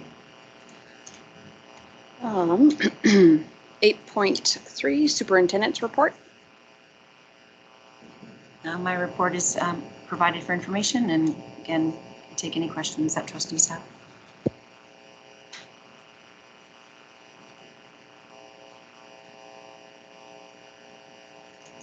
Stacy? Trustee Viga, Ward 5. Just curious, right at the beginning, talking about meetings around playground audits. Just curious if we would be able to get a facilities update at any point, just to see how our schools are doing. We have 2 for sure schools that are co-sponsoring a resolution at the upcoming ACSA AGM. regarding funding for playgrounds. So that may be just good background information that we could share with them. I think that's actually coming up pretty quick, but if we could have that information prior for our school councils, that might be helpful for them. Thanks. I don't know about anybody else. I know that Lanny Trail they got their report and they presented it at their school council as to what the deficiencies were and what was the priority and this, that, and the other thing. So I know that they got it. I'm assuming that everybody else in the division got that report.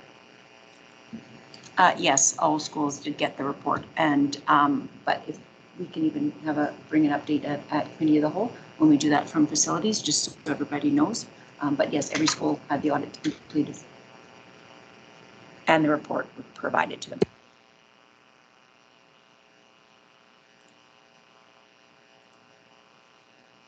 Okay.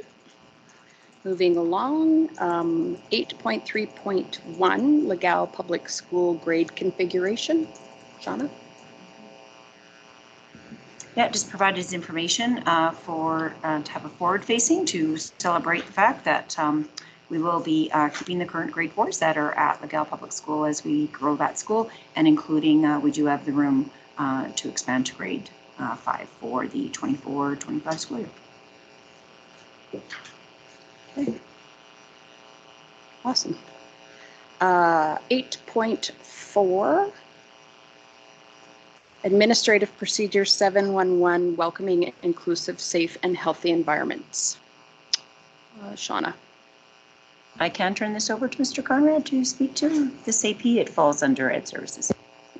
Sorry. Thank you, Chair. John Conrad, Deputy Superintendent.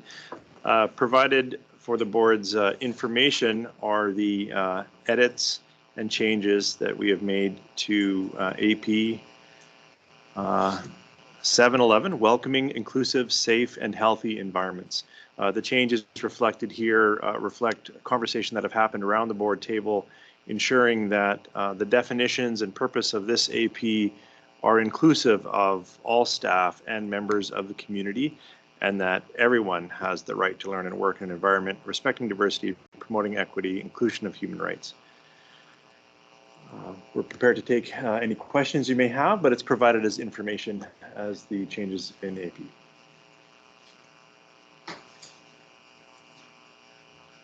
Okay. Well, thank you. 8.5, Administrative Procedure 717, Violence and Harassment. Lisa. Lisa Lacroix, Associate Superintendent of Human Resources. AP 717, Workplace Violence and Harassment, is a crucial framework that aligns with our board's commitment to fostering safe and respectful environments in our schools and workplaces. Our division's vision, mission, and values, as outlined in Board Policy 105, emphasizes the importance of respect and fostering reciprocal respect within our system to help everyone reach their full potential. Policy 110 underscores the collective responsibility to create and maintain positive culture free from harassment, bullying, discrimination, and violence. And AP 717 has been developed to uphold this commitment, establishing procedures to address workplace violence, harassment comprehensively. So you'll see there some of the key components were the definitions, training and awareness, reporting mechanisms, and investigation processes. It explicitly prohibits reprisals against those who do report incidents in good faith, ensuring a safe environment for all. The administrative procedure is subject to regular review and updates to ensure compliance with the legal frameworks such as the Alberta Human Rights Act, the Canadian Charter of Rights and Freedoms, Alberta Government Guidelines, and the Occupational Health and Safety Act. AP 717 is a critical framework that reinforces our division's commitment to providing safe and respectful environments.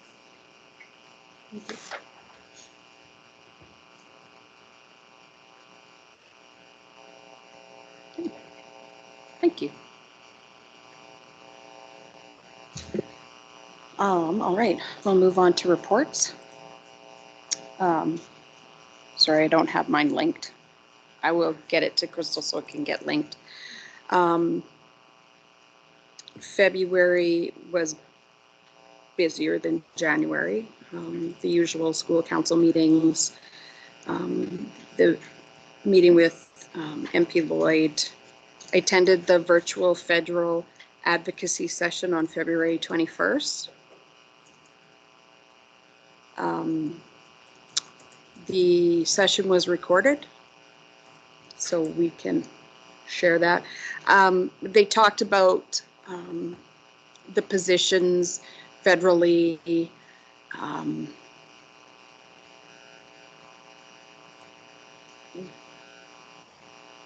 You can advocate to your MP, but it needs to be federal specific. I was actually, I felt really good that we had met with MP Lloyd the day before. I thought we had a great meeting with him, and it, yeah.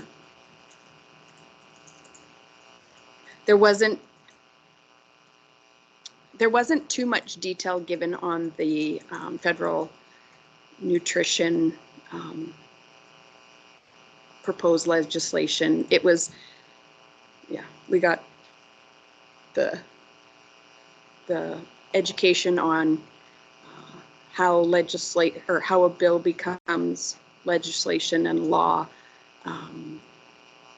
They had on the panel, they had people that were PC, and then someone that was from Liberal, and their viewpoint.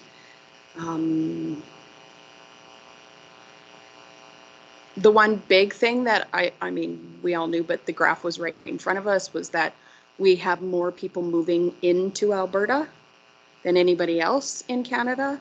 And it's more moving in than moving out.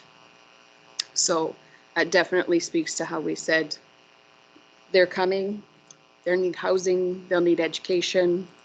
And so Stacy was on that too. Do you have anything else that you want to add? I think my biggest takeaway was that we were very clearly told that, because this was run by ASBA, was that we are barking up the wrong tree and basically talk to your MPs. So I think that I'm really proud of the work that this board is doing to talk to the right people. The association, ASBA, had arranged this because they are supporting CSBA, which is federal. But again, they were quite clear that they don't have a huge appetite for this, and some of the anecdotal stories of how things get treated and pushed aside on desks was surprising at the federal level. So I think we're doing really great work on our board and making sure that we're, focusing in the right direction. So it was a bit disappointing, but I'm very proud of our board. I attended the Zone 2-3 meeting on Friday the 23rd. I was in person. Janine was online, so we texted back and forth. I had a meeting with the board chair from Parkland, just to get some mentoring things from her, and so she actually gave me some good points on the chair's report. So I'm going to try to implement that next month.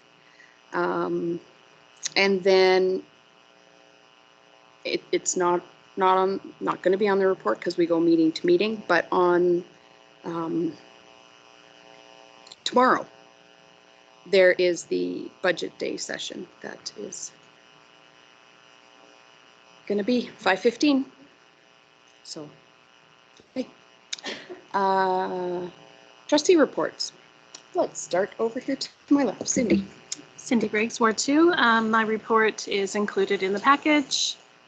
I attended the Community Service Advisory Board meeting on February 12th. It was an organizational meeting, basically. They picked the new chair and vice chair, talk about the community CSAB mandates, overview of grant applications within Sturgeon County. Next meeting will be on March 11th. I was at the stakeholder engagement last night and just want to thank admin how well received and organized it was. I was there as a guest and observer. I didn't partake in anything. It was interesting conversation, and I can't wait to see the feedback. Other than that, some of my highlights was going to the archery tournament at Lillian Chick. It was interesting to see these grade 4 students of all different sizes trying to pull these bows, and it was great. So it's been a good month. Thank you.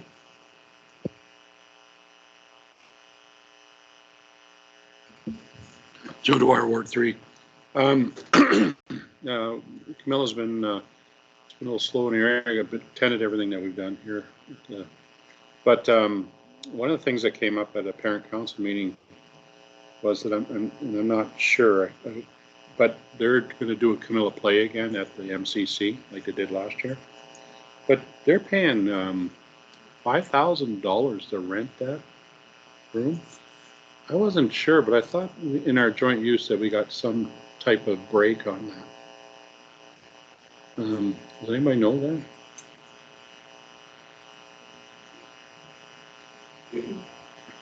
We can take that and bring back information on that. We can find out. And the only reason I ask is now they got to fundraise a whole bunch more because of this. It's fairly high price for a few days there than what they use.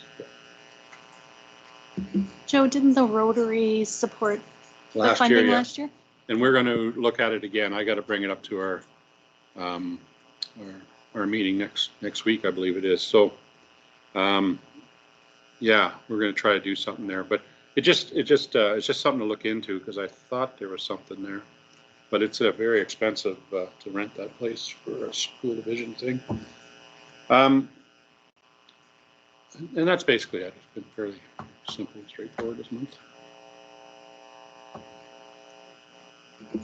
Janine Peckwood, Ward 1. Sorry, my foot is falling asleep, so I have to stand. I've submitted my report. Highlights the Redwater Parent Engagement Session. I counted 29, another person counted 30 for parents showing up, which in Redwater is huge. So congratulations to the communications team and our school admin. I know they were making phone calls, and it was just really great to see that many parents come out. We had parent council right before, and the parent council parents went home, and a whole new set came in. It was an interesting dynamic. Other than that, parent councils went great. Zone 2-3. Yesterday, I did attend the student advisory committee online, so that's always a fun conversation to just listen to the kids. And that's about it. Trish Marie Elliott, Ward 4. Joe, I don't know if it's too late or not, but we've had a couple of Christmas concerts at that Alliance Church on Villeneuve Road, and I know it's not $5,000, but they have great audio, video communication, speaker, lighting set up. They can even live stream it. I would recommend that they check that out. We'll check it out. I Yeah. think they've already booked the facility, but Yeah, but yeah. for the future. Yeah, for the future. Yeah, Yeah. they really love that venue, and I don't know if it would hold as many people as you need or not. Okay, my report has been submitted. The community engagement I attended at Sturgeon Com, again, a great turnout. Good work to the division. We had so many people there. It was and some really good conversations. My school council meeting with Sturgeon Heights. They have an ice session booked for April 10th. Depending on how many people they have RSVPing to that, I believe they'll be putting that out to the division if anyone else wants to attend. We kind of discussed supervision at the COW meeting, that they were having, talking about lunch supervision. And the school is having an open house on April 11th. So, are you okay, Judy? Our meeting with MP Dane Lloyd, I was really impressed and proud of the division for that presentation. And our new principal, who has only been at that school for a few short months, was able to communicate so well. He was able to understand the issues that not only we're facing, but the military is facing, and to put it all together so clearly. I thought that was really, really well done. So good work to everyone on that one. Sturgeon Comp High School Council. They have a brilliant idea, which is the groups that are requesting funding for their jerseys or jackets or whatever, the school is going to have these students take part in fundraising and volunteering type of things. They find that food-related events are usually the best. So an example might be they might have a monthly pancake breakfast and get these students who are asking for money from school council to do the prep and the cleanup and the serving, and help out raising more funds to keep it sustainable. So I thought that was a really good idea. The grade 9 tours are happening at the comp all day Thursday, and the open house is Thursday evening. I know some of us are going to be there. I can't wait. We'll be welcoming and greeting people and answering questions, of course, and wandering around and mingling. And Mr. Cripps talked about some of the new courses that they're going to be offering, so that's really exciting. And that's it, if there's any questions on anything. Thank you. Tasha. Tasha Oatway Maclay, Ward 6. My report's linked. One omission, tomorrow morning is the TIBA engagement session that I did not include in my report. And one thing I just wanted to bring to the table, for the past many months, Nemeo Community and Nemeo Ag Society has been reaching out to me regarding what used to be our joint use agreement. I think the big issue rolls into this. COVID came along, and for 2 years the school was closed. And during those 2 years, everything ceased to function as it had in the past. Nemeo Ag Society wasn't allowed into the school, obviously for health and safety reasons. But now that we are on the other side of that, there is a great deal of confusion as to who's responsible for what, who should pay for what. Should the Ag Society be paying for anything in the hub because they haven't been able to use it? Not that they are opposing that, but just that there isn't anything that says what's going on, or who's doing what, or who's responsible for what, and who can come in and when. When COVID happened, the other thing that occurred was that almost entirely the staff in the school, administration staff and support staff in the office turned over.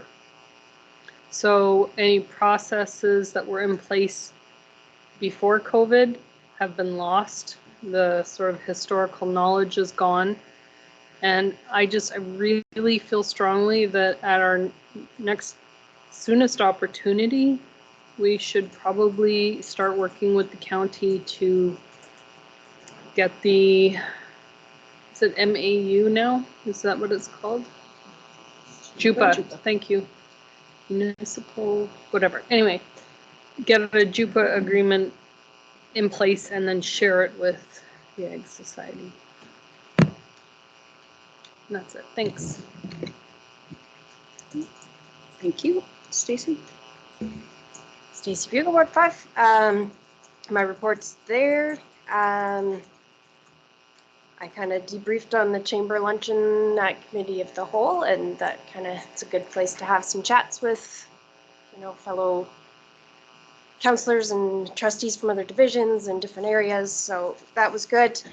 I finished all of the PSBAA modules this month, so that was worthwhile. still can't speak, well enough about the value of going through some of those things. I learned a lot. And I hope that through committee of the whole, maybe we'll be able to take a look at a few more of those. The 4 Seasons of Reconciliation PD program that I'm going through, did a webinar with Smokey Sumac, which was really good as well. And I attended 2 of the parent engagements, one for Sturgeon Comp and one Morinville area, and they were quite different. So I'm really excited to see what the compiled information looks like, because each of our communities really has some unique priorities and unique perspectives on things. So I thought that was really interesting, that it was certainly not a carbon copy one night to the next. Different age groups, different school compositions, all that kind of stuff. And Student Advisory Committee yesterday was awesome. I'm hoping that we'll have time in Committee of the Whole to kind of do our usual debrief after those, because it's always fun to share what was said. Thanks. Okay, thank you. 9.3 Committee of the Whole report. It's there for you, and we will approve it at the next Committee of the Whole meeting. Trish. I have a question about that draft report. So on page 4, under comments and questions by the committee, on the board operations, it says Trustee Murray Elliott would prefer to be tied to GEC. And I believe I said I would prefer to be not tied to it. And actually, if you look at the draft minutes that came out directly after the meeting, it does say that Trustee Murray Elliott said they would prefer to be untied to GEC. So I'm not sure how that got switched around to say the opposite of what was actually said. Okay. So but if that could be corrected to untied, I would appreciate that. Yeah.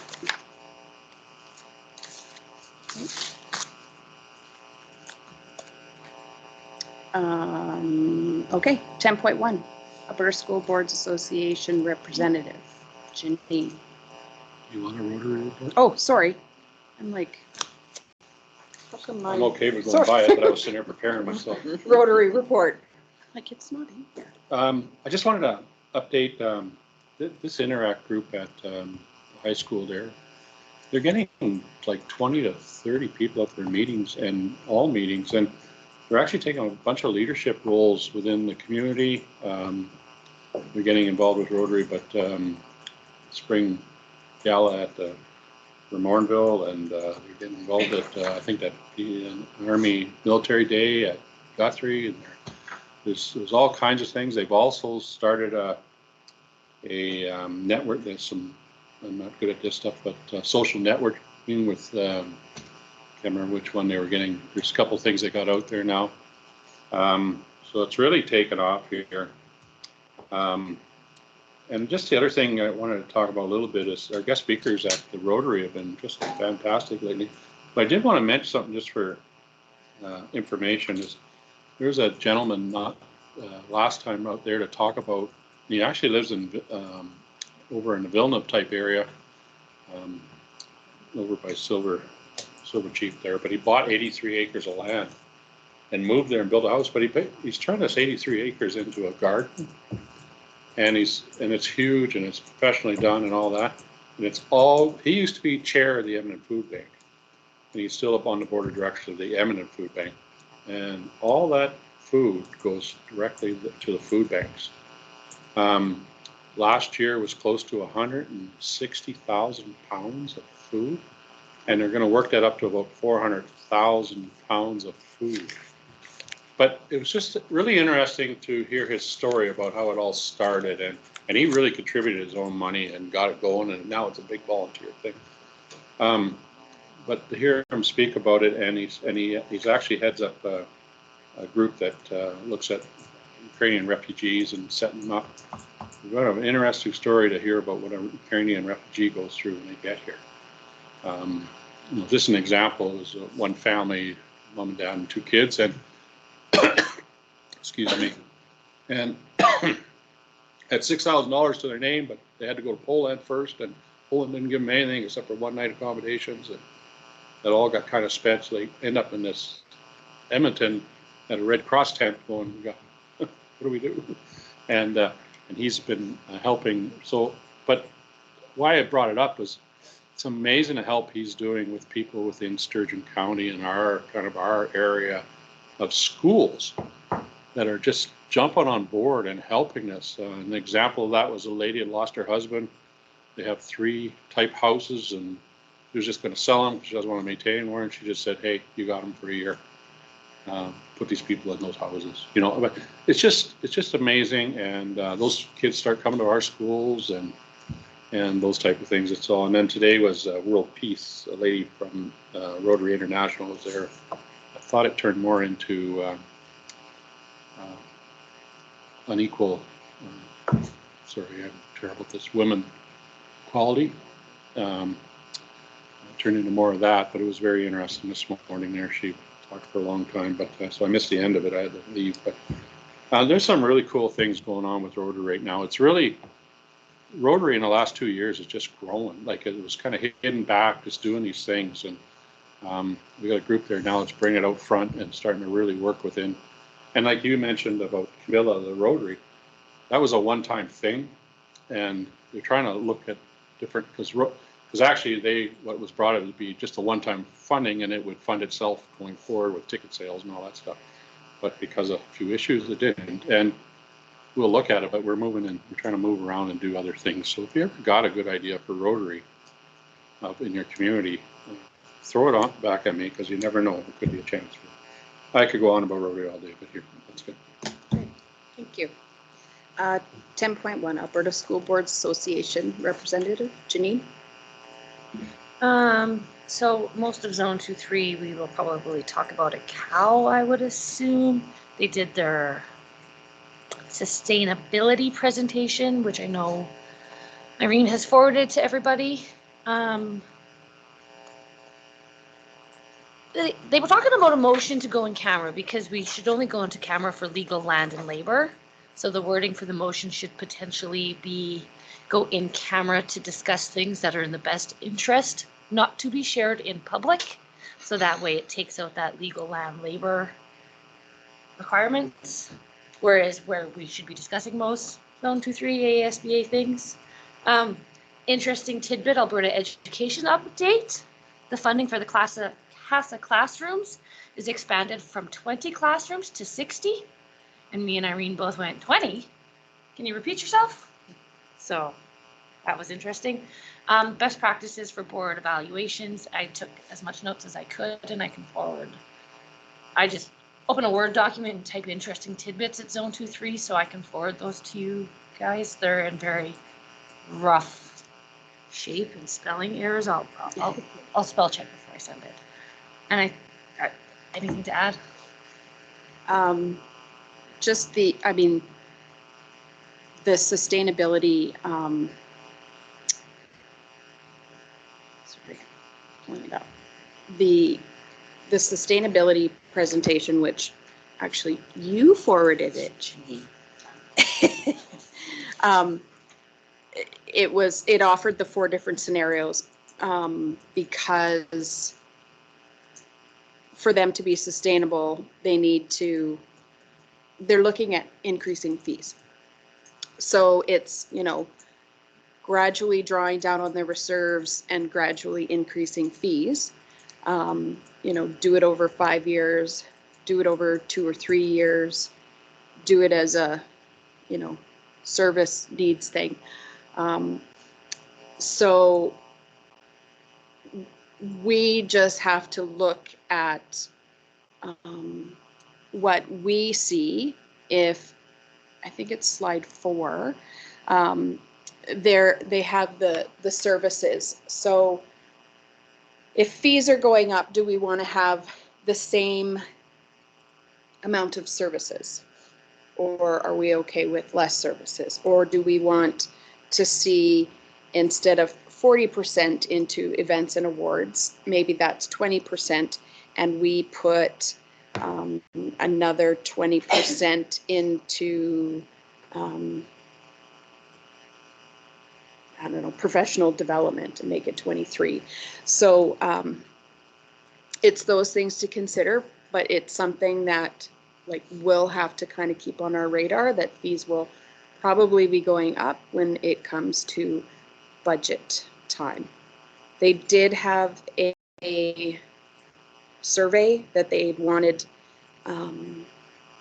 filled out, but just at the meeting, they got the general consensus, the directors got the general consensus from the group.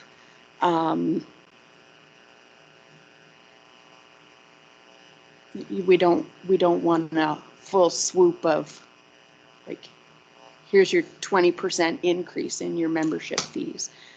Let's take a 4% increase over 5 years. But that's ultimately where they're looking at getting, is that their final point is that it's 20% increase in fees, which of course means different things depending on where your board sits on that.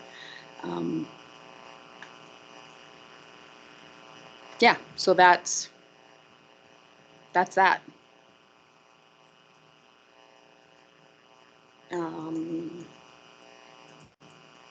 Yeah.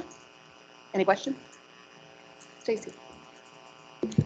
I don't know if like we'll have more time to chat about this in the future, especially because there is going, like if we have to vote on it at the next, probably at SGM. Probably, yeah.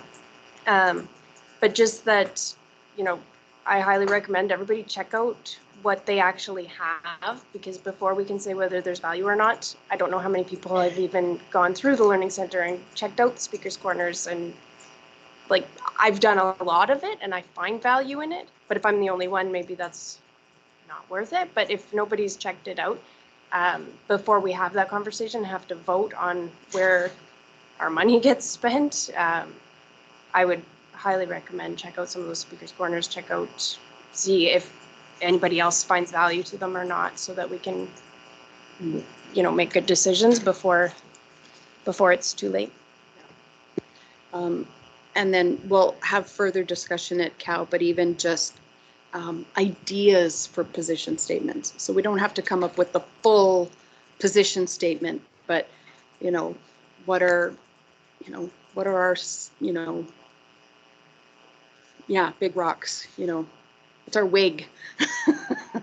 And then, you know, we can bring just the nuggets, and then we can look at building upon those nuggets. So we'll do more of that discussion at Cal. Yeah, ASBA. Okay. 10.2, Public School Board Association of Alberta Representative. Trish.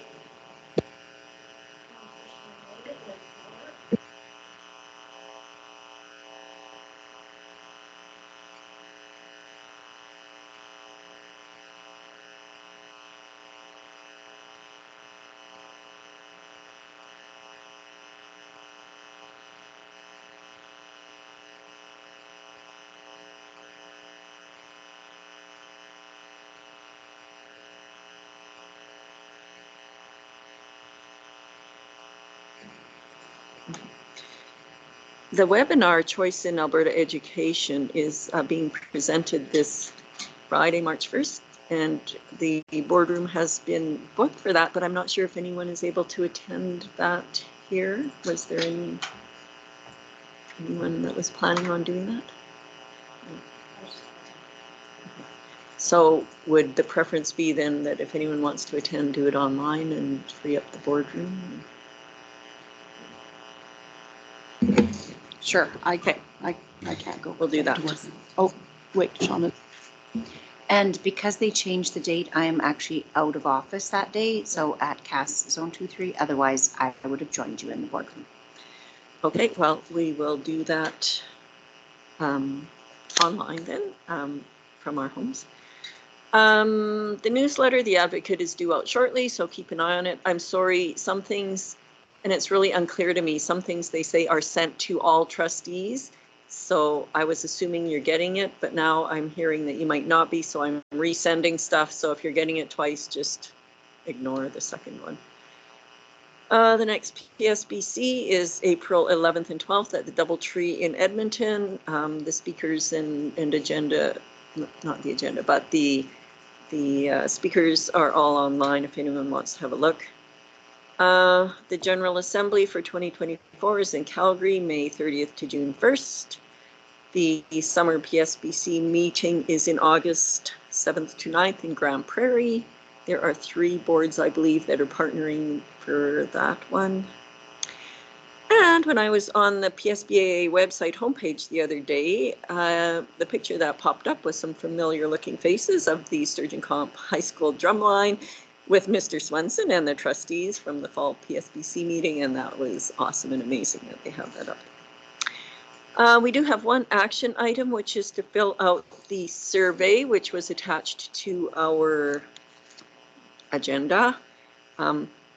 Did we want to look at that at Cal today, or they would like us to present it at the April PSBC meeting, so we have today or even in March to look at that. So, and if I could just add one more tidbit that I didn't say from the PSBC last Cal because we were so crunched for time, but a chair of one of our neighboring school boards said, this was during our engagement session, said he feels people don't respect education anymore.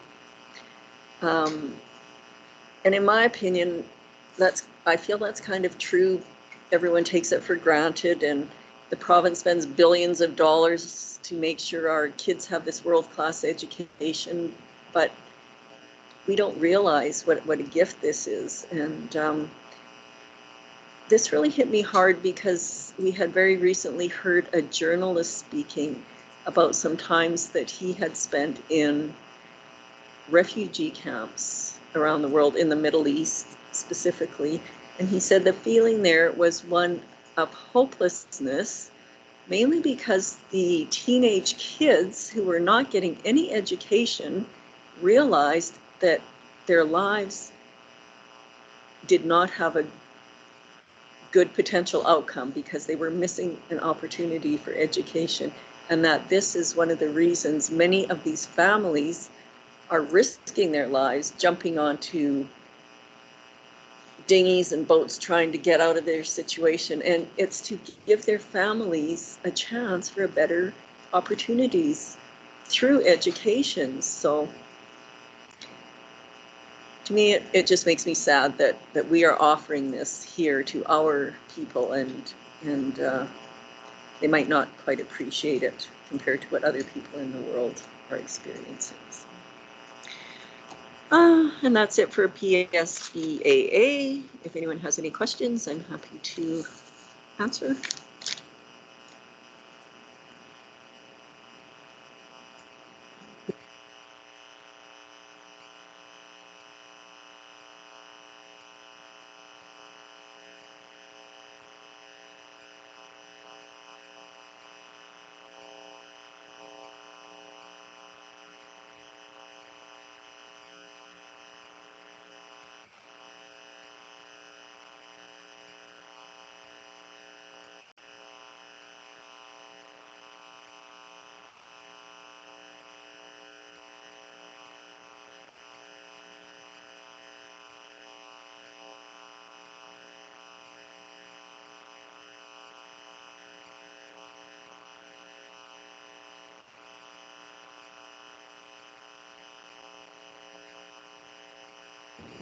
It is on the March 6th Cal, and I just want to say, because the board, you decide, but just so you know, administration, as a team, we've been looking at it.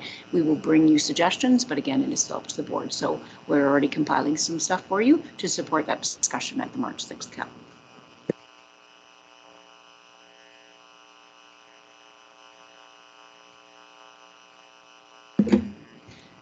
There it is for you to look through and jot down your ideas to bring forth to the March 6th CAL so that it can be completed. Okay. We have no unfinished business. Our ATA rep is not able to join us today. Comments and question period, nothing has been put forward. So can I get a motion to move in camera? Tasha, all in favor? Okay. Unanimous. Okay.